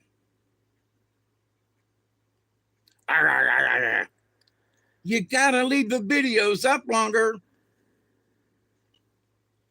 Everybody say yes in the chat room. They gotta leave the videos up longer. So if I have to make, now that I know that Dante's around, okay, if I've got to do a video every week, every day, or whatever, twice a day, to just say, Dante, leave them up longer. Tell the folks, leave them up longer. Please leave them up longer. And put some of the older ones back up, because I have forgotten. I would like to be able to watch a couple of them again and relearn. But if that's too much trouble, now to the Charistas group and to Dante, as a director,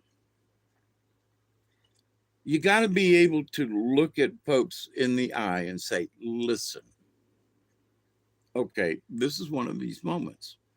Well, this is a critique, okay? Pay attention. This is a critique.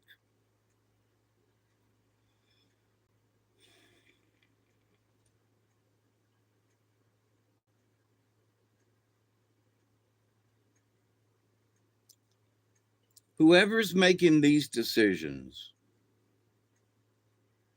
aren't thinking, no offense, like most of us humans. Okay, like me, folks I know, groups, stuff. So, how you also, and you're from Europe, not, that's not bad, but you're from a different culture. And you do not understand that in order for not just Americans, but for people of other races, because they all learn at different levels, okay? So you have to be able to, if you, Charistas group and Dante, if you want us to learn, if your goal is to teach us, if you want us to learn, you gotta leave it up longer than an hour or two. You want people to look at the sky? Then you gotta let more than 20 people see the damn thing. You want to expand.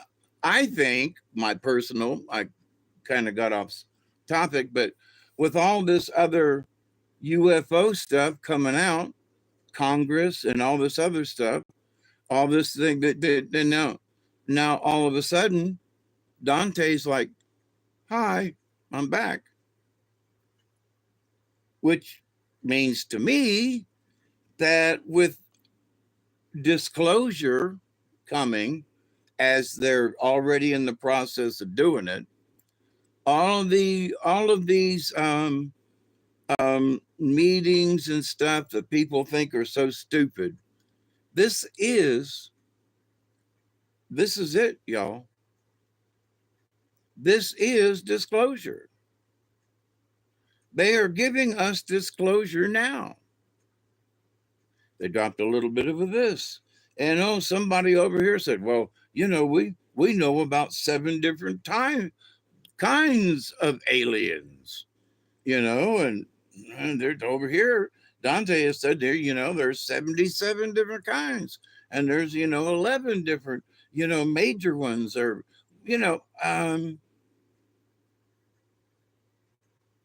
okay,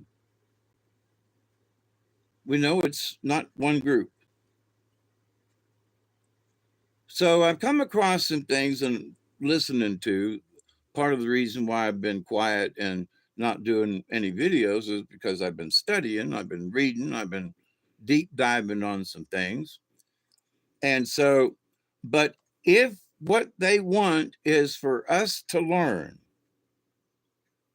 if they want us goyim down here to understand, to look up, and that there are other things going on, And if we, then you gotta let us learn.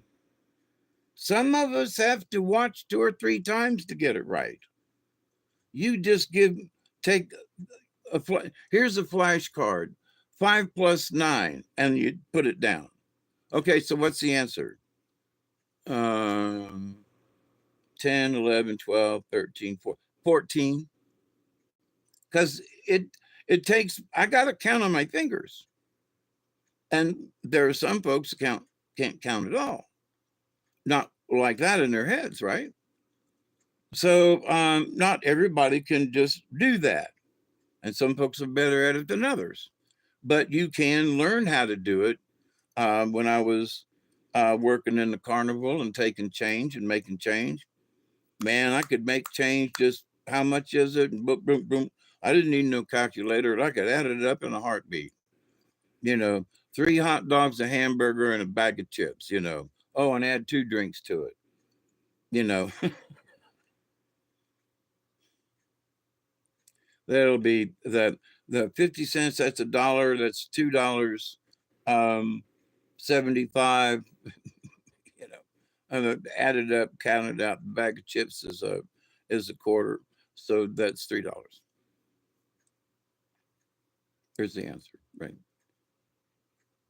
But so I'm speaking hopefully, somebody out there on the Dante side in the Charistas group. I want to learn. I got friends of mine that I would like to say, hey, watch that video. Let's have a conversation, Let's spread this around and bring it up as a topic or something. Now, to try to teach more people stuff, right? To let them in on or I know a lot of people who are working to try to do good, and they would be a part of the plus plus group because we are working for a cause. There are people who, my friend Rob, they go and they feed people. They do dinners on Saturdays and sometimes Sundays, depending on the weather. And they free meals come on in. Um, he's helped me out. He's helped other people out. So as a person, for him trying to be a Christian, he's doing all these good things. To me, he is an angel because he's literally saved my life twice. You know, it was almost another one on this last Saturday. But to my point, though, I can't show folks that I love, that I would like to share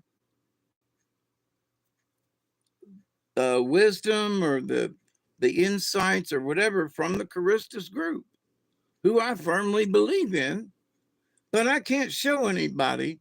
I can't even review it myself because the damn thing has been taken down already. So if you think I'm a little mad about it, I am, because there's been a bunch of times that I have wanted to rewatch something and to understand something better. And it's down, it's gone, no longer there. And that sucks. Let me buy a ticket. Let me buy a ticket and you give me a passcode so I can watch them in private then. Or whoever. $25, allows you to look at the archives or whatever. I send you a check.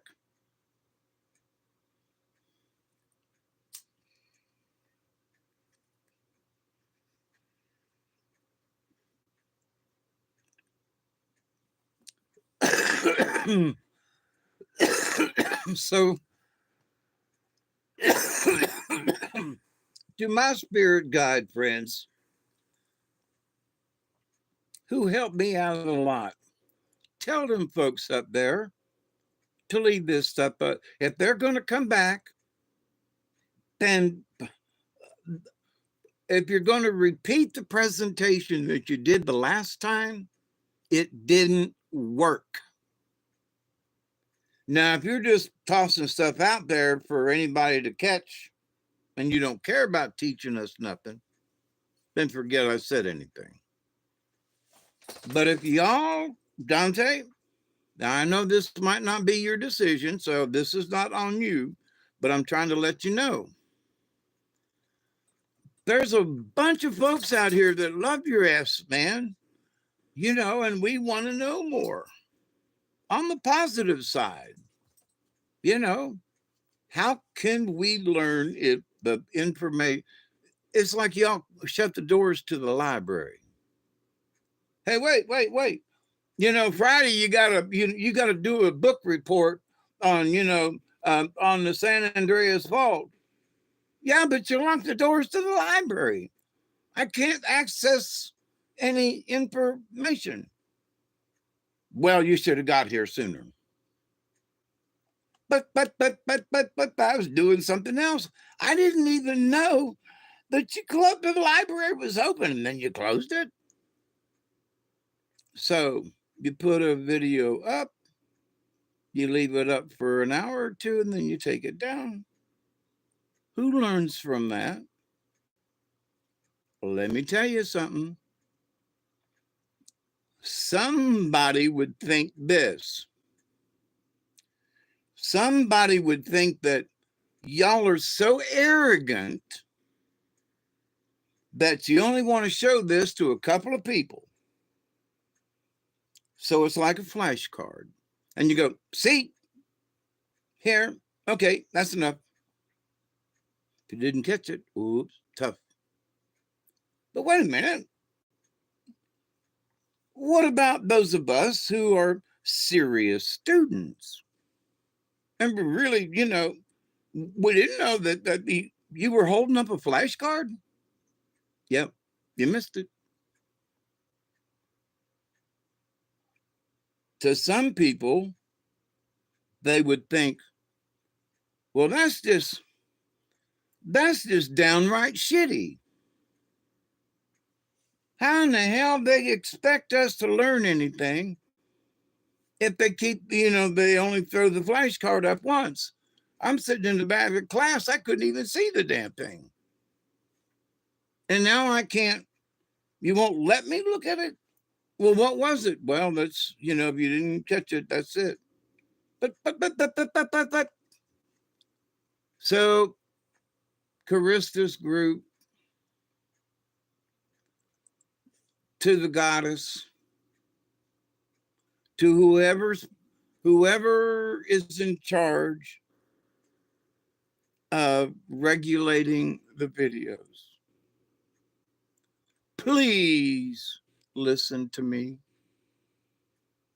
just a little bit. You can contact me at dwnull52@gmail.com. I would be more than happy to give you some pointers. You want to teach some people, you want to do some things, then you need to change your approach. That's the word. You need to change your approach. And I don't mean this negatively, but you being alien based and you're of different countries with different values on how things are put out. I am an American, have traveled around America. I know Americans and people and how they feel and think. And European folks don't think the same way. You don't. And we don't think like you.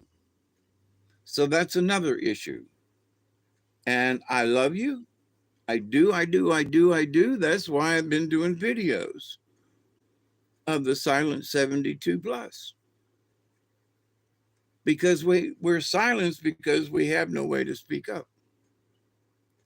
So I wanted a voice to be able to speak up and say, Dante, and To your brothers, I love you. And to the Charistus group and to the goddess, if you only knew. And y'all put my video on your channel before. And I'm not expecting you to put this on your channel now.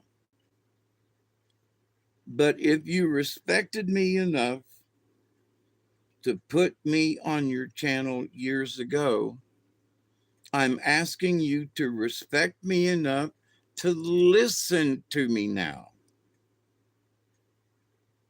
I have valid points.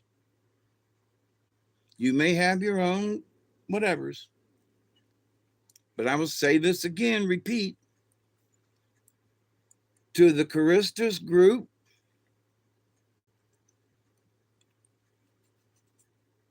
to the goddess, and to whoever the lieutenants and generals are above that making these decisions, Dante, I know you have to do what they tell you. Um, please do a better job in your presentation. Dante's made some fabulous videos, and then they're gone. Bad decision. Sorry, bad decision. Because I'm all pumped up. I want to show my friends Dante's back. There he is. Oh, shit. You took it down already?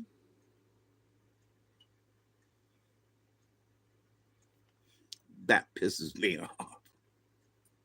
I want to show my brother. Dante's still with us. I was right, y'all. He is still with us. He is still in the fight. I still, my brother Dante's still out there. Yes, yes, yes, yes, yes. Oh, crap. I done took it down. I guess this is to the management. Y'all need some better advisors. If you want to reach us humans, you need some better advisors. You should talk to me. You should listen to what I'm saying in this video.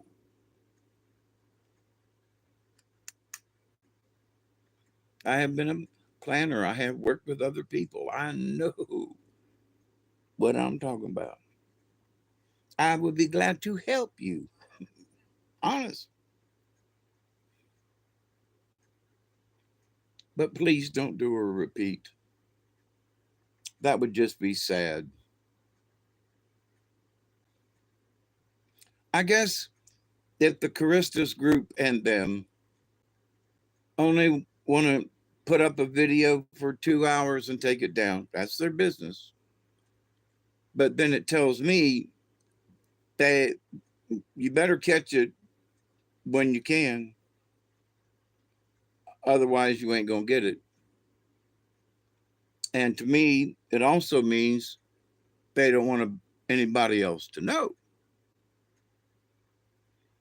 So it's like we're going to put this video up for a little while and pay attention. Look out there. Keep an eye out. Oh, there it is. Oops, gone. Yeah, okay. So the message for the day, and if you got it, but then it's down. So it can't stay up because the enemy's going to see it. And it can't stay up because other folks might do something. So, well, okay. So make a video that says, preview in 2 hours, and then in 2 hours you put the video up and it's up for 2 hours and then it comes down. Give a guy a break. There are other ways to do this, y'all. Please listen. Please, please listen. But if they're not interested in teaching us anything, and it's just sort of like, well, we're here, just want to say hi, and blah blah blah, blah, and there's a spaceship in a cloud, and that means is we're on our own. That's what it means. We're on our own, but they're in the background, but we're on our own. but don't intend to teach us anymore. We're on our own. And that would be sad to get us all started and then just say, well, class is over. Well, you're going to pick the class up later? No. Yeah, but I bought a book. I bought a book for next semester, man. We decided not to teach the class. You know, if you didn't get it last semester, yeah, but wait a minute. We lost our note, our notes in the storm, remember? And we thought we were going to have a chance to get a review, and now we don't have anything, and y'all don't want to show it to us. Are you guys serious? You really don't want us to have the information?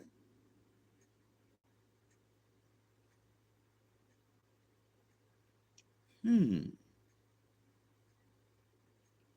maybe not. Maybe they've come back long enough just to say, we're still here. But that's it. No more training, no more stories, no more. That's it.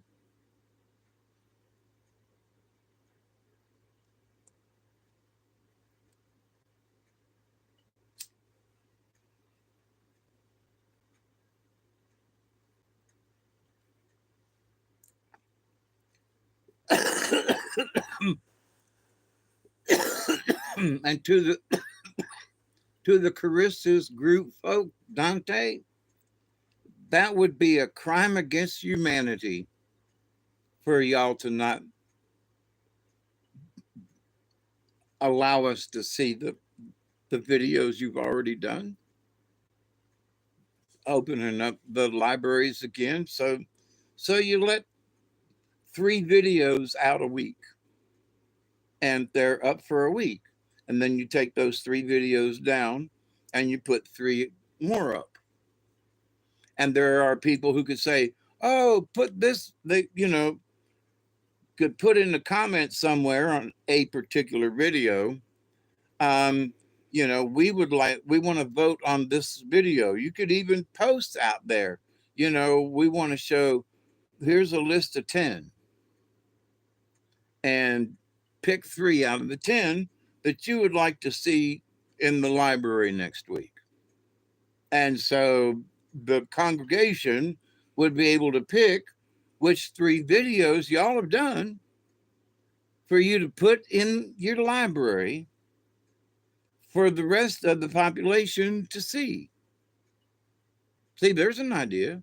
If you don't want them all to be out there, if you're getting too much repercussions, or, I know that there's a spiritual warfare and other things are going on. I'm not privy to them, but I understand. But can't there be ways to compromise some of it?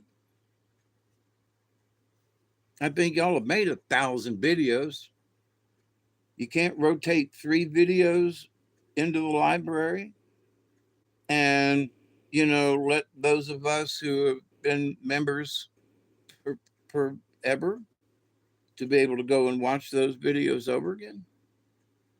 Or maybe even download them so I could watch them personally, you know? I would like to have that opportunity, you know. If it's not going to be up in your library, then I would like to have it, if nothing else, in my home personal library. Why not show it, replay it on the internet or nothing, but I want it to be able to watch it. So there's a lot of different stuff. So if you're going to reintroduce yourself, not just you, Dante, but the Charistus group and the idea, then y'all need a better plan. Y'all need a better plan. Y'all need a better plan. Please don't repeat what you did. Please, God Almighty, please don't repeat what you did. There's so many people that were disappointed. Two of my friends are dead now. But, I tried to explain before they died. I was like, well, here, this is how it goes and this is what it's about and blah, blah, blah, blah, blah. And my one buddy, he was like, well, that's kind of interesting. And E.T., huh? Yeah. And because he and I both have seen some strange things. And, you know, um, and my friend Marcia, I was teaching her about stuff. Um, and then, the library's closed. And so, well, I thought you were going to show me that video and explain this to me. Well, I was, but they closed the library. So here I am bitching and moaning and complaining. Dante, it was great for me to see your face this morning. It it, it reignited my faith just in the universe, just to know that in here, and I put it on a video, so I have proof of that. But that I thought you was I had faith in that you were okay, and I had faith that I would see your lovely face again, and I did. And I had faith that the Charistus group would be back at least enough to start teaching again. Now, that's my personal wish.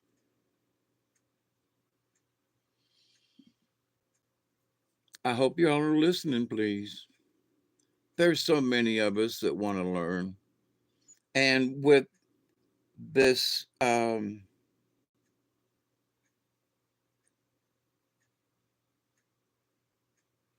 with disclosure, we're in the process of disclosure now, if y'all didn't know. It's being dropped in places here and there. It's coming out. Pay attention. And, have you seen, bodies? Yes. I have a friend of mine, used to carry them little alien bodies around. They were crashed, some of them were this big and some of them were this big and some of them were, some of them were green, some of them yellow, some of them, okay, doke.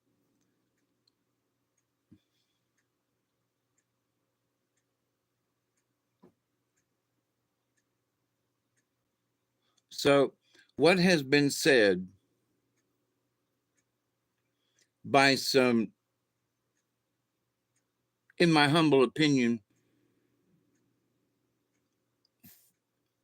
I can't remember the guy's name or I would tell you, okay? You know me and names.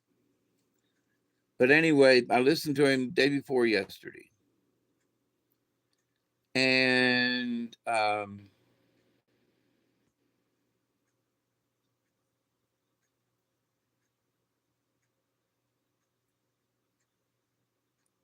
he is like the contacts and conversations. Apparently, they have like one-on-one conversations. Some of these folks apparently go flying around. I don't know. But in listening to what they said was protocol, what's going on, what the bigger picture of things. And it was very interesting to listen to. And it was like, so the bigger picture of things is that there has to be enough disclosure from the FBI, from the CIA, from all these different places, trickling down and coming out. And here's a disclosure. Here's another disclosure, and the state of Tennessee, I can't remember his name at the moment, Tim Burchett, I think it is, congressman, senator, congressman. Anyway, he's like on it like stink on poop. And so he's like, no, no, no, we're going to find out about this stuff. And he's Southern boy. And he would, no, we're going to find out about this stuff. And so it's like, yeah, we got to find out about this stuff. So, so the thing is that what these folks think is going to happen first, and that It's the Epstein file that's going to be the kicker, because there's some files out there that are sort of being shown that is going to make a lot of people look bad. And it's not so much about Epstein Island as, lo and behold, it has to do with financing and financing, financiers, and what people did in the financing of things and stuff. And oh, yeah, there was the island, but apparently the island ain't nothing compared to some of the billionaire kind of whatever. Apparently, it's pretty bad. And that a lot of people have been involved in it. Congress and folks and people, and oh, it's not going to look good for Trump and a bunch of other folks. Trump's 79 years old, so he's been around the block a few times. He was all over New York City. So did he have the opportunity of long years ago to get in some shady deals or do something? Maybe, you know. Um, but most of the time, he's learned that it needs to be on the up and up, or you're going to go to jail, right?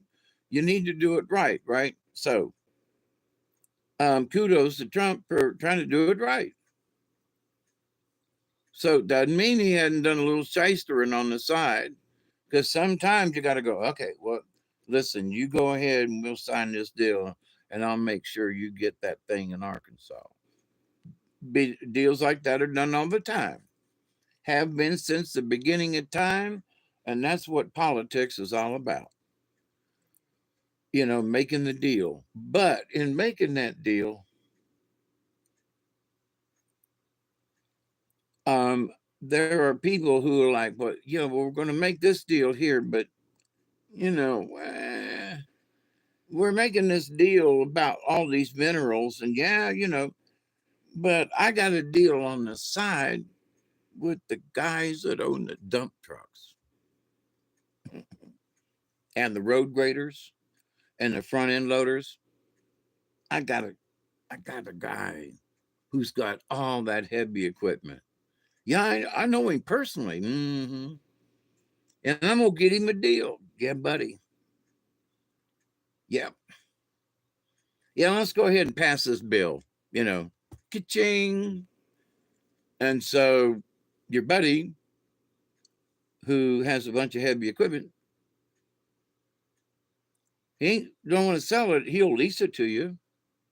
He'll get it over there and charge you good back, and run the stuff, and he'll make money, and you're going to get a cut, and they're still going to, you know, somebody was going to get the job. Somebody was going to have to bring in heavy equipment. So why can't it be my buddy? Right? But I mean, my buddy's he's got good equipment, Even Trump says, I know guys that, and they're good at what they do, and he does. So there are some people are saying that he's a rich man, millionaire, going to help his rich friends to make more money. Ponder that.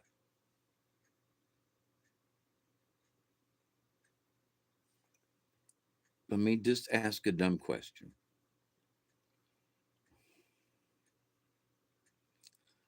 I've got a shovel and a rake and an old pickup truck. And I'm a DEI hire because I'm 73 years old with a bad back on Social Security. So I'm a great DEI hire. I got my 98 Mazda. I got two shovels actually, and a rake and a hoe.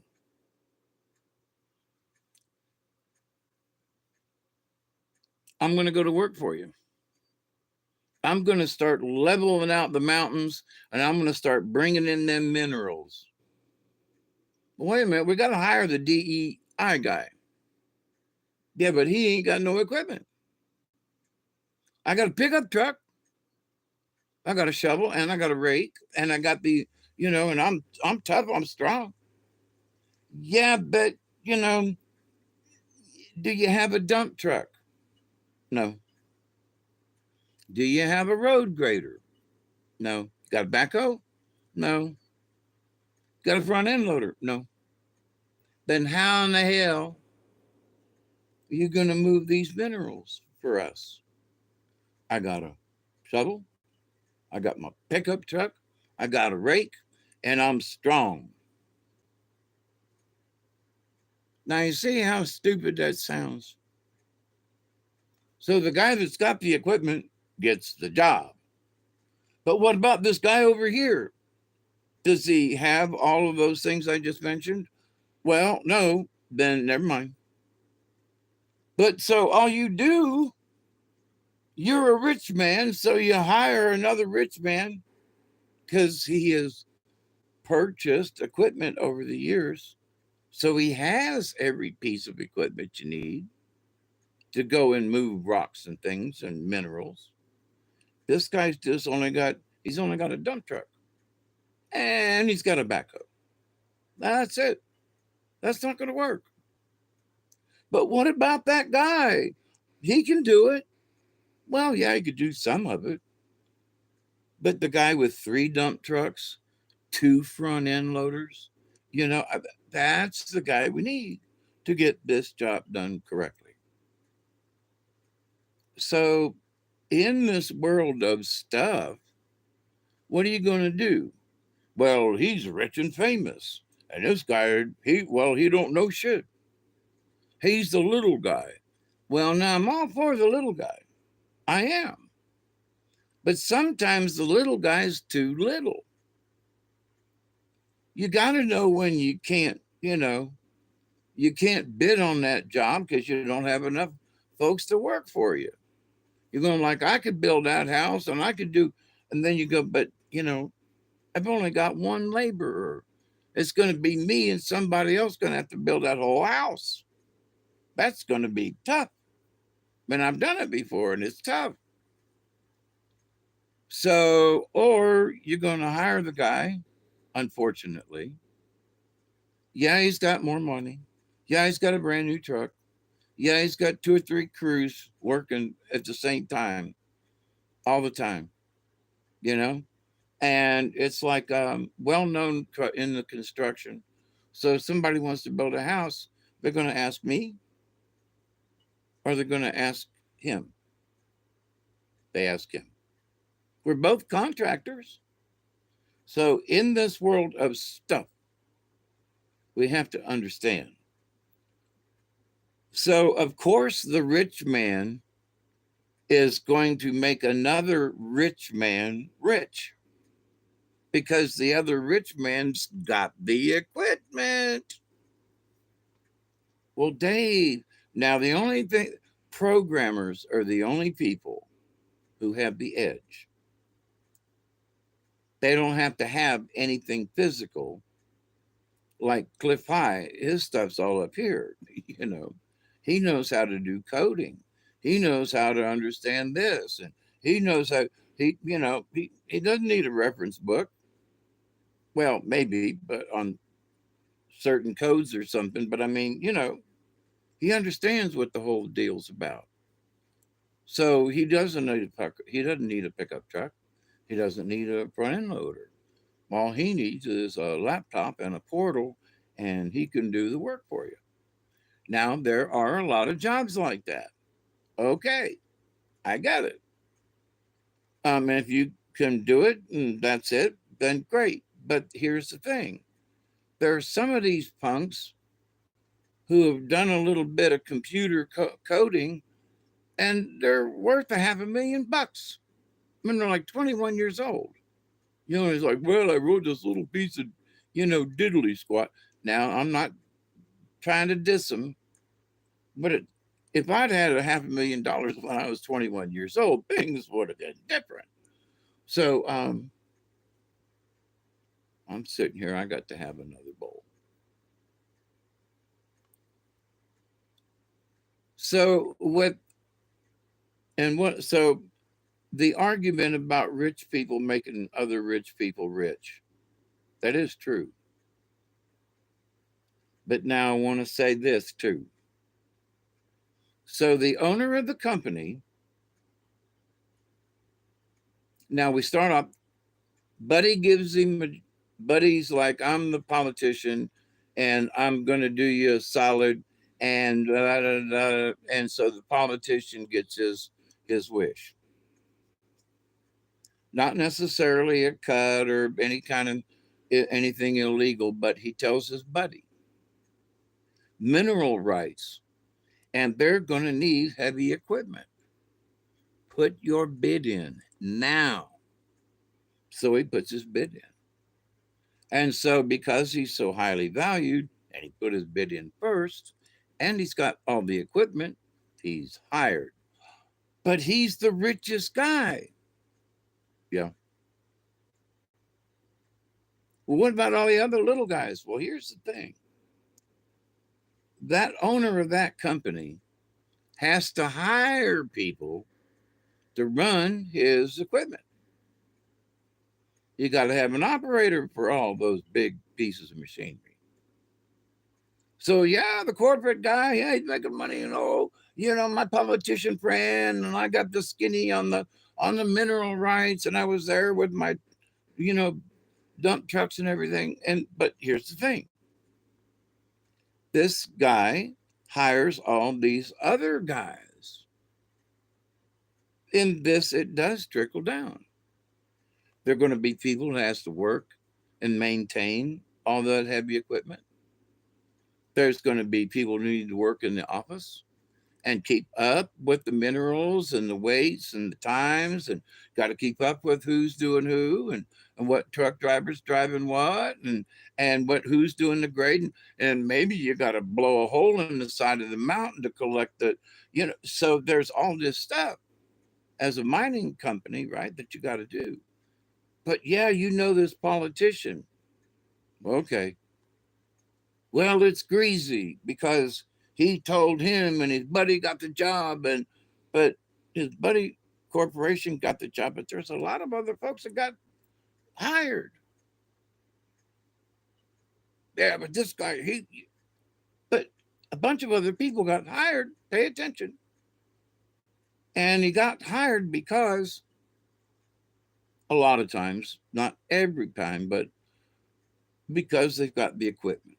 Okay. I have been cut out of jobs in Thomasville and Moultrie because the other guy had all the equipment and two extra people. I had to go find two extra people. So I, he got the job, you know? And so I'm pissed. Yeah. If I'd have got the job, I could have done better and I could have hired somebody and I could have been a contender. But it works out that the guy that's got two extra laborers and an extra saw and a compressor that's portable, that he wins. Damn. Okay. Now,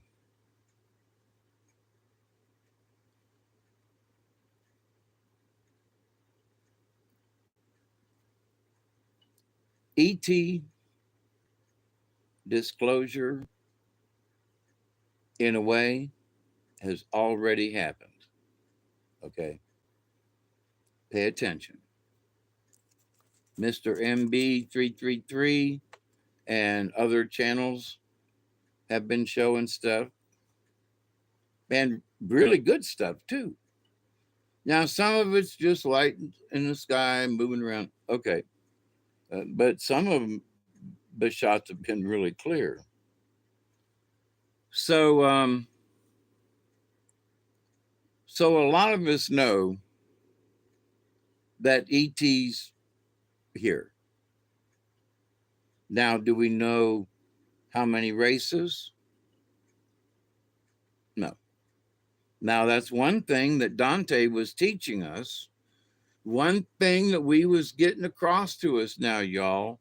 Are you listening? He was teaching us about the different races. Like today, there was a race that he showed us and showed where it was on the star map. I can't talk about it because he already took the dang thing down. See? Frustration. I want to tell my friends. I want to show my friends what's coming. And Dante, you posted it. God bless you. I mean it.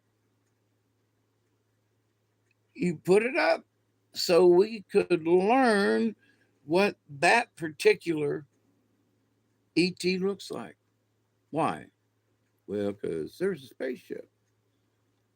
Oh. So it means they're already back. It means they're already here. So he's warning us. Here's one. I can't remember the name, but here's one. And it's kind of lizardy looking, not ugly, but lizardy looking. Here's one, you know. So, Dante, God bless you. Put it up this morning. Here it is. Watch the skies. And they took the video down. I know I'm being repetitive. Please listen to me. Please listen to me. I hope y'all want to teach us. Dante, I know you do. You showed the alien, you showed where in the star system, and then you showed us other folks real quick with the pointer. I love that. I just wish it'd go slower, you know, because I used to go through the star maps too. And I have been, when I was looking at star maps back in the day, I was drawn to certain places on the star map. Didn't know why. And just like, this is a wonder what, oh, there's a bunch of stars everywhere else, but there's something about this star cluster right here. Why? I don't know.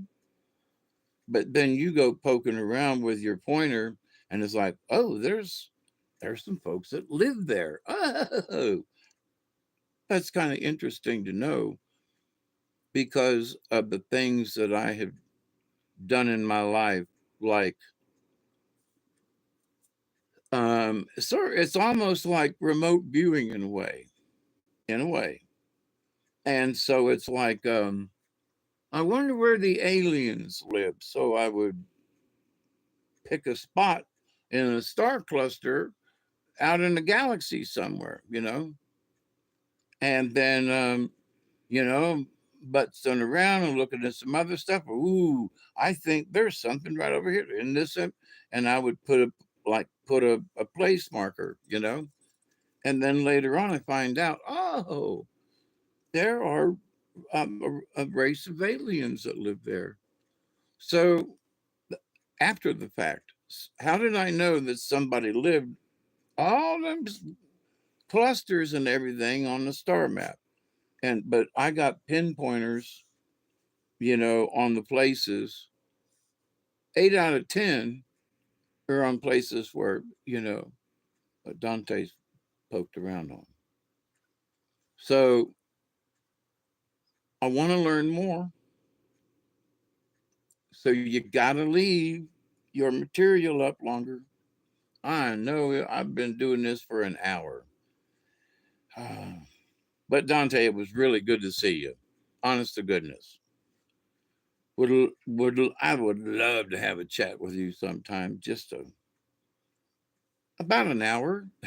you know, um, just ask a couple of questions. Not that I wouldn't like to talk longer, but I'd like to be able to talk for about an hour and ask a couple of questions. Um, you know,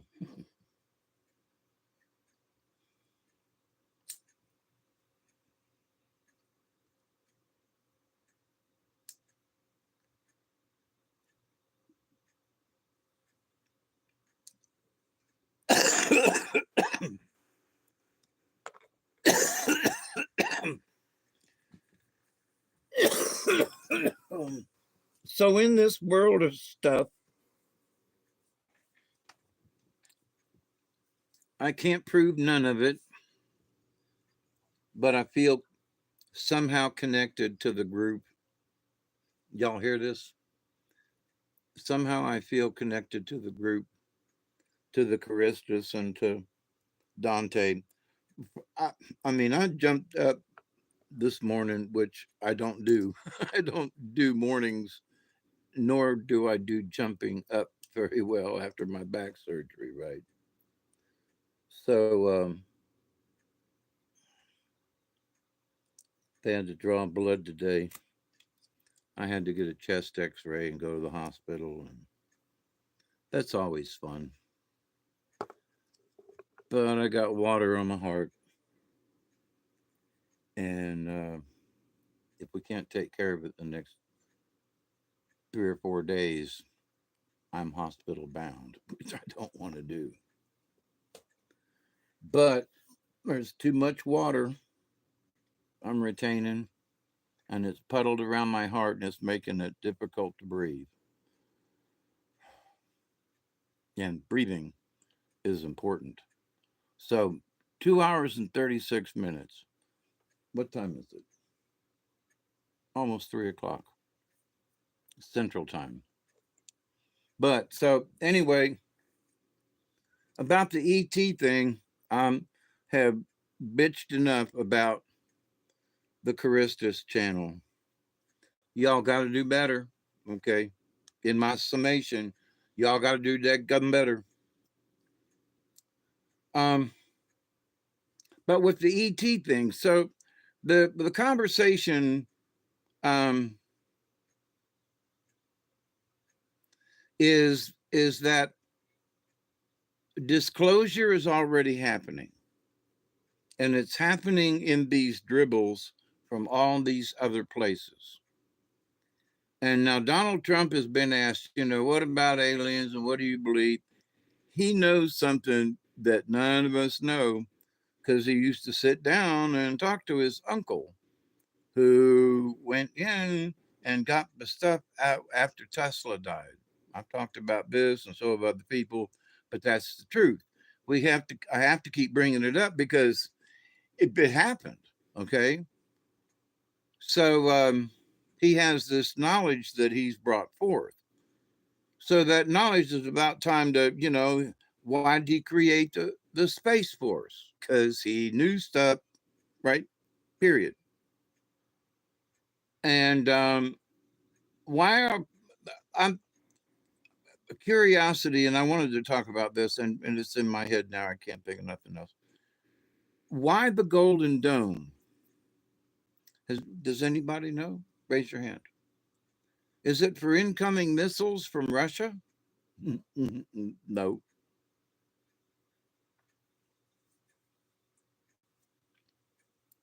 The Golden Dome is a force field around the United States in case of alien attack. The Golden Dome, well, we're going to keep out the rockets from our neighbors. He's going around making peace with everybody. And a lot of them people don't have rockets, and the rockets they got, we made. Now, so what's this Golden Dome thing? I think the Golden Dome thingy is a force field. And that has to do with you just let your little minds, you know, peel off and, with your imaginations. But Golden Dome, do you think it's about missiles? We got an ocean on either side of us. We ain't like Israel. We ain't like Crimea. We got 5,000 miles of coastline on either side of us and big oceans. Yes, they can send stuff over, absolutely. But the Golden Dome, in my humble opinion, is more about ET than it is about rockets. because he's making the Donald's making peace with everybody, so they ain't gonna need no rockets. So if they all make this peace agreement, wink, wink, nod, nod. What do what y'all doing that for? Well, we're not going to shoot at each other anymore. We're going to be watching the skies. So Dante's introduction back to say hi, watch the skies. In my humble opinion, he's always warned me. He's always warned us. Watch the skies. There they are in the clouds. They're here. And you see that spaceship right there? Yeah. Here's the alien that's in it. This is where this is where he lives. Please, I love it when you do that. Don't stop doing that. So, Dante is alive and well. And here's something, Dante, if you watch it this far in here. I have prayed if something, this is what it was. If something had happened to you, I was praying for your wife and how she would take it had you been killed. So I'm glad you're not. I'm glad you're safe. But I had I had said many prayers for your wife, and that she was safe. You know. So with that said, all right. So back to the disclosure. So all of the things that are going on now is disclosure. The one thing that these folks are waiting on, and they're waiting for the right moment to do it. Not sure what that moment is, but they're letting certain things play out, all right, about the ET thing. And what's going to be the icing on the cake is when Donald Trump stands up before in front of everybody, or he invites them into the Oval Office, or it could be that he's just signed an executive order, you know, for whatever it is. And he closes the thing, and all the, staff, they're taking pictures and everything, and goes, oh, by the way, um, everybody hush up for a minute. I've got an announcement. And he's just signed an executive order. I've got an announcement to make. Everybody hushes up. Um, Aliens are real, and they come from outer space. Thank you. Have a nice day. There will be no questions. Wayne, what? So that is what these folks are expecting him to do. That he is not going to go into any kind of explanation. He's simply going to state there are aliens from outer space. And it's true. More coming later. There's going to be a meeting next Friday, and there's going to be all my smart people going to come, and you can ask all of them the questions, and so, but once he says, and they were explaining this in great detail, once he says, yes, there are space aliens, the whole freaking planet's going to go crazy, because that's going to, a whole paradigm shift is just going to engulf the whole planet, and it's just going to go all the way around the planet. When, if they're not saying if, they're saying when Donald Trump says, yes, Virginia, there really are space aliens. More to come on this later. And he leaves it at that. Just imagine that. Imagine that. How many people are going to crap themselves? Now, he's not going to say anything about the Zeta Reticulates. He's not going to say anything about the Nordics. He's not going to say, unless he wants to, he's not going to say anything about the Palladians. Nope. He's just going to, this is what they want. Okay. Not the aliens, but the white hats. That's how the white hats want him to make the disclosure.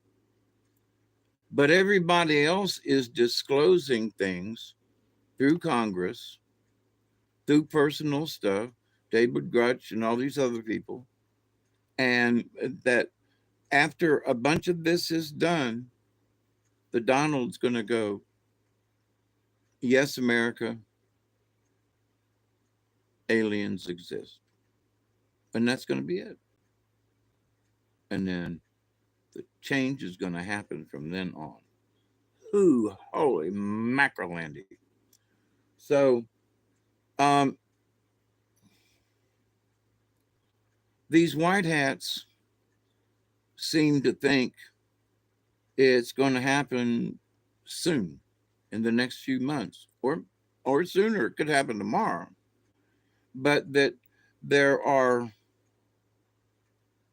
they want some of these hearings in the Congress to go forward when they come back after summer break.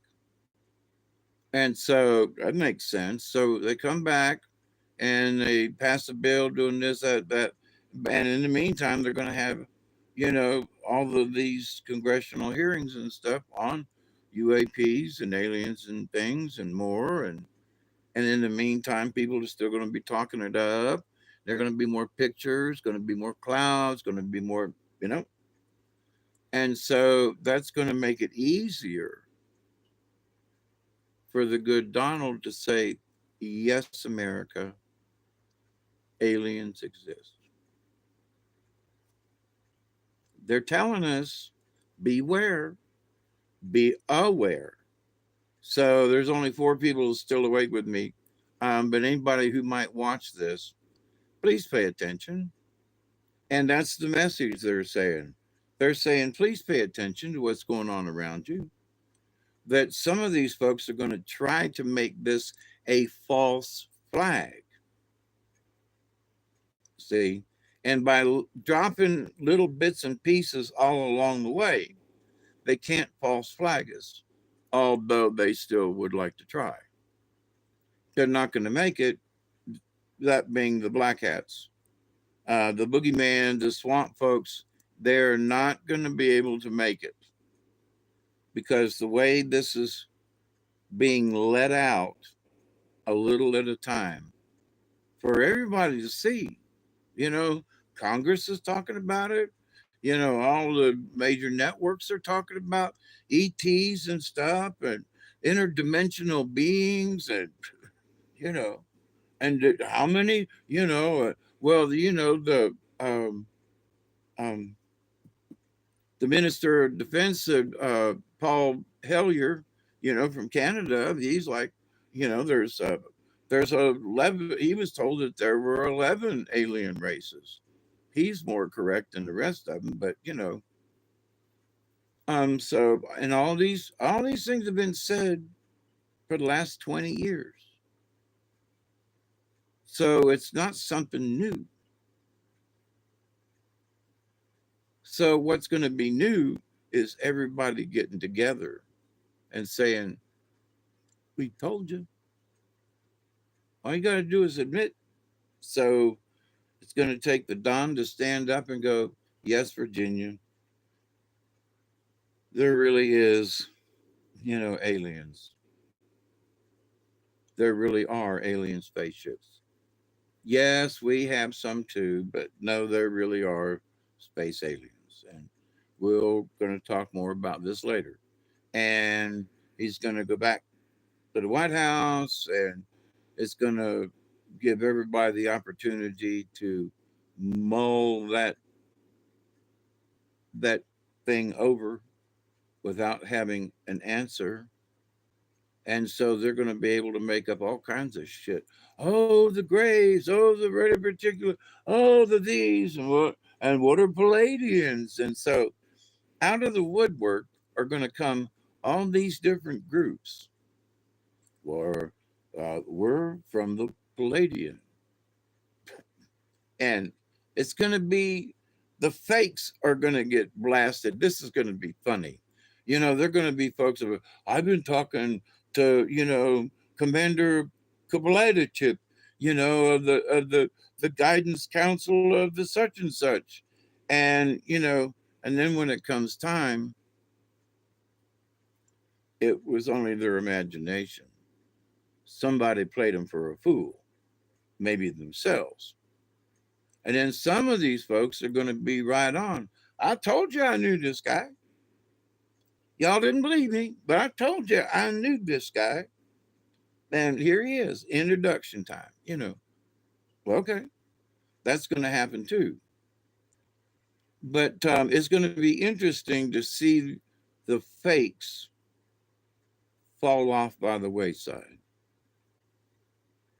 It's a 20 coming up, and I still got some.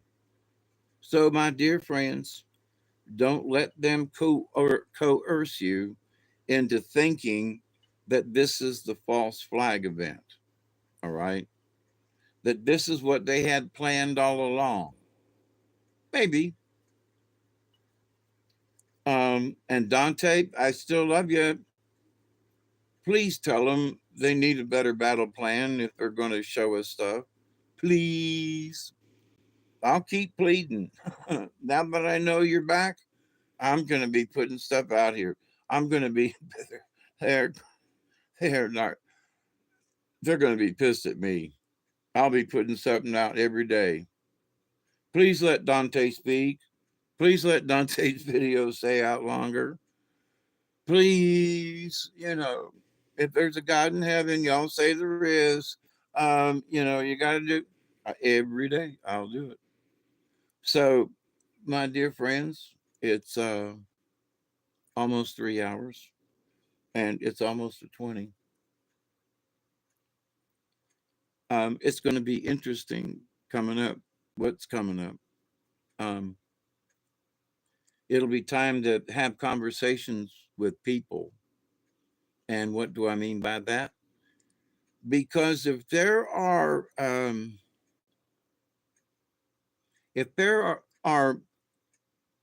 I don't mean this badly, okay, but if there are aliens amongst us,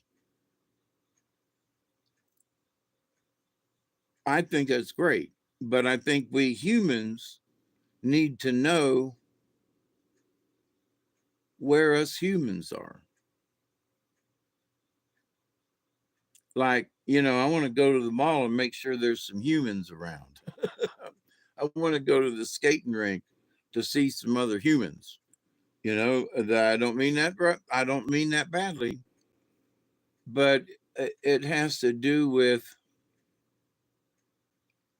I think some people are going to need a grounding with other humans in order for them to grasp and learn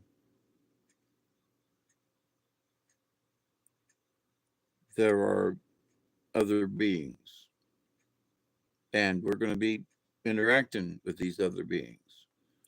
And if you want to get along, you're going to have to learn how to interact with these other beings. I know they look different, but you're going to have to learn how to get along. There's going to be none of this squabbling. You're going to have to learn to get along.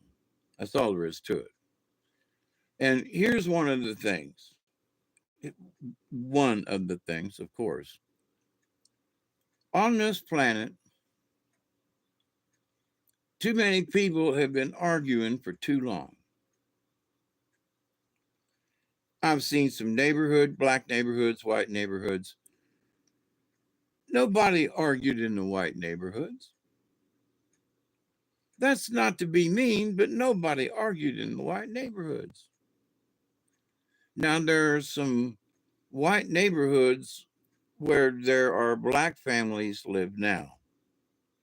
So there's still nice neighborhoods, but mostly the people that owned the homes were older.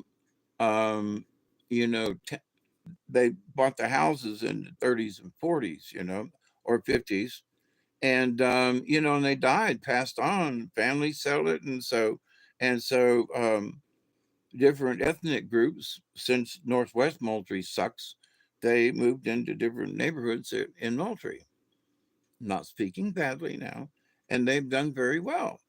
They started out fighting and killing and doing, and somewhere along the line, the black um, folks in Moultrie in these neighborhoods got together and said, "No, no, we ain't having this now. We ain't having broken down cars. We ain't having all this stuff over here.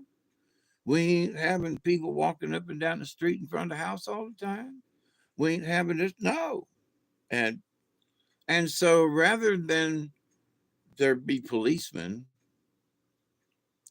they're just doing it on their own. And I made a crazy statement a couple of years ago. I was like, here's a nice neighborhood that has transitioned into mostly um, blacks and a couple of Mexicans, but the neighborhood has stayed nice. The neighborhood has stayed nice. The houses have been kept up. The lawns have been kept up. There's not a bunch of trash, and the folks in the neighborhood get along. There's not been any fights. And so in the neighborhood, I just drove through it yesterday, and I was like, now I'm really impressed. Yes, it's transitioned into a black neighborhood, but the people back in the 60s and 70s said, we can't let them niggers, other words, we can't let them niggers get in our neighborhoods, meaning white neighborhoods. Can't let them get niggers get in our neighborhoods because they're tear it down. There won't be no neighborhood.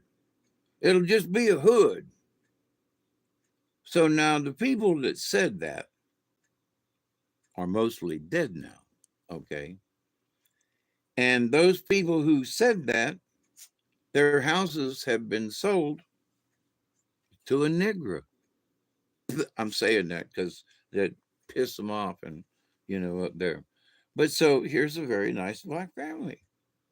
The mother and father both work.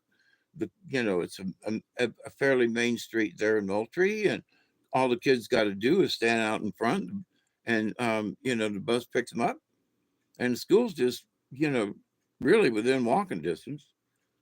So, but they took over. Ooh, they took over a white neighborhood, and instead of tearing it down, there was a couple of instances, and there was a dark time, but then the folks themselves got together and said, we ain't having this. They didn't have to make no law. They didn't have to sick the police on these people. They just decided that now that they have taken over this white neighborhood, and somebody said, you move into a white neighborhood. Why'd you move into the white neighborhood? Well, because there ain't no shooting and killing in them white neighborhoods.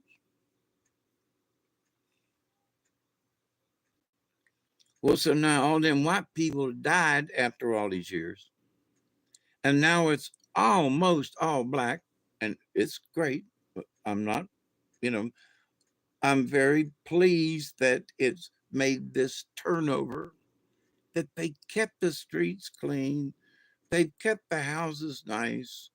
They've painted up where they needed to. And and best of all of them that live there next door to each other are not shooting guns and fighting and they sit out on the porch and have a beer, but they ain't getting drunk and having big commotions. And so yes, they have taken over the white neighborhoods, just like them old crony white people that Jasmine Crockett's always talking about. But they did. And so these people didn't know this, but I'm 73 years old and I was here when they said it. That neighborhood won't be if the niggers take over that neighborhood, it'll be gone. Guess what? The niggers took over the neighborhood. But guess what? They took over the neighborhood, but with a little prayer and with a little, come on, you can do it. It's not that they learned how to live like white people, all right? But they've taken over this older, white, established neighborhood. It's all black now, no problem. But they moved into the neighborhood because they liked that house. They liked the street. You know, it was a nicer neighborhood, nicer. So why would they move to a nicer neighborhood to tear it up? So their values changed. Thank you, Jesus. Their values changed. And whole street. Well, and not just this street, but that street over there. And there are two or three streets down yonder. And all of them, that's blacks have infiltrated that neighborhood. But it's being kept up. So the thing that they was worried about back in them days was that them niggers was, gonna just, if they moved in, they was gonna bring trash and mayhem. And well, for the Southerners down here, we have been able to coexist. So the black families have learned to move into the old white neighborhoods. Yeah, okay, you bought them out. They're, who are your neighbors? Well, not too many white people, honest to God, want to move in next to, you know, into a black neighborhood. Don't want to do it. They're going to find another place. But now another black family is like, ooh, here's a house right here in the middle. And there's brothers and sisters on both sides. That's a plus. And a school down the road. Ooh, that's good. And it is. So, but the chances of a white family moving in, uh-uh. Now, maybe one day. Now, with that said, I found this section that's obviously been there a while. Out by the hospital, was riding around with Duggar in the Jeep today. Um, I was trying to make sure that the shift change was over before I went in the hospital to get my X-ray, and it only took 15 minutes. I was in, filled out the papers, went into radiology. She took two pictures, and I was out. It took 15 minutes. God bless y'all. So, um, but I stopped and looked around. I was like, where did all these houses come from? And it's a section of, Moultrie.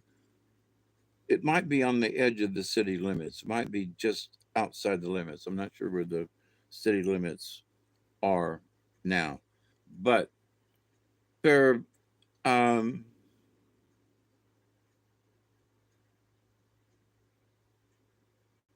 there were at least 8 units on both sides of the road.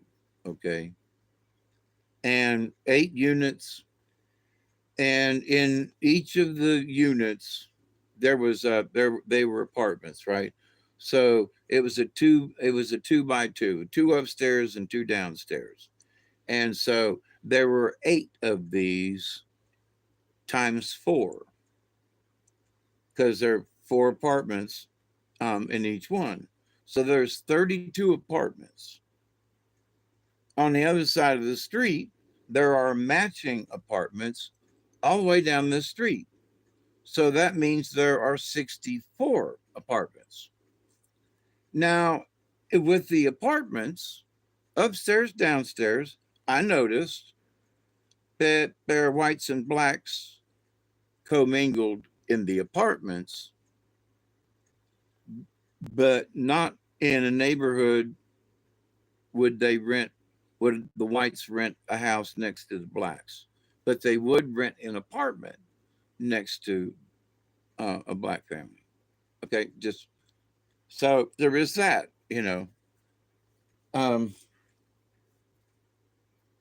so I say that there is hope for humanity, is where I'm trying to head with that.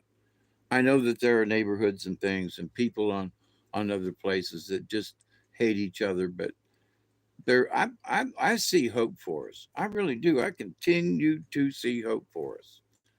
So Dante and friends, please, I keep seeing hope, you know, and in talking with the people and just a little bit, there's hope.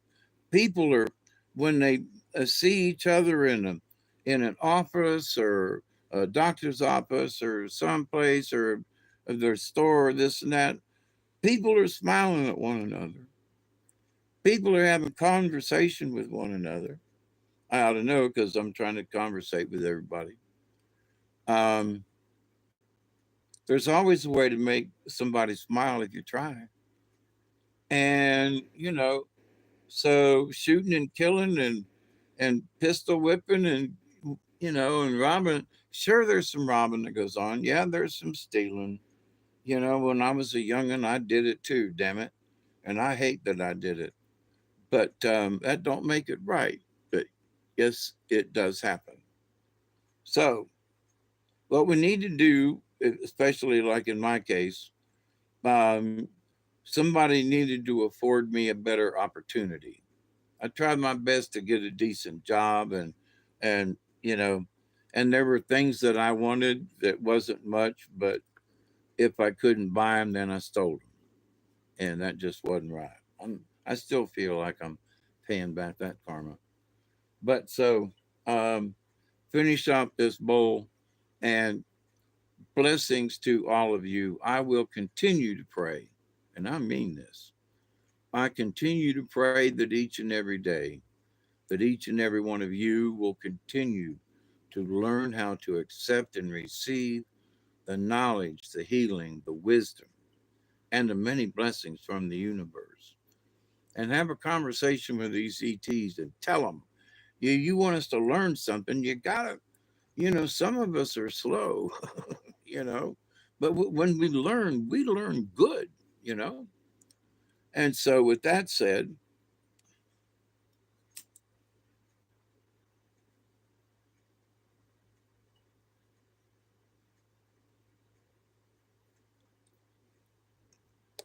I do continue to pray that each and every day, each and every one of you will continue to learn how to accept and receive the knowledge, the healing, the wisdom, and the many blessings from the universe. And to the goddess, please, darling, if you're going to give us another chance, you got to give us another chance. You got to give us another chance if you're going to give us another chance. then give us another chance. Yes, it sounds redundant, but it's not. So, but anyway, I got to pee. I will continue to pray each and every day that each and every one of you will continue to learn how to accept and receive the knowledge, the healing, the wisdom, and many blessings from the universe. It seems like the universe is sort of coming together on us, and it's going to be interesting, but you're going to have to open up your minds. And to the Charistas folks, open up your archives. There are those of us down here that want to learn, and it's time that we did. I'll help you set up a lesson plan, you know, because I used to do it, you know. But anyway, I love you all. Please be safe. And until next time, um, I am David Noel, Hawkeye Two Feathers. Please be safe and pray for those who don't have as much as you do. And don't assume that everybody does have what they need. Okay? So be good, be sweet, be kind, and cheers.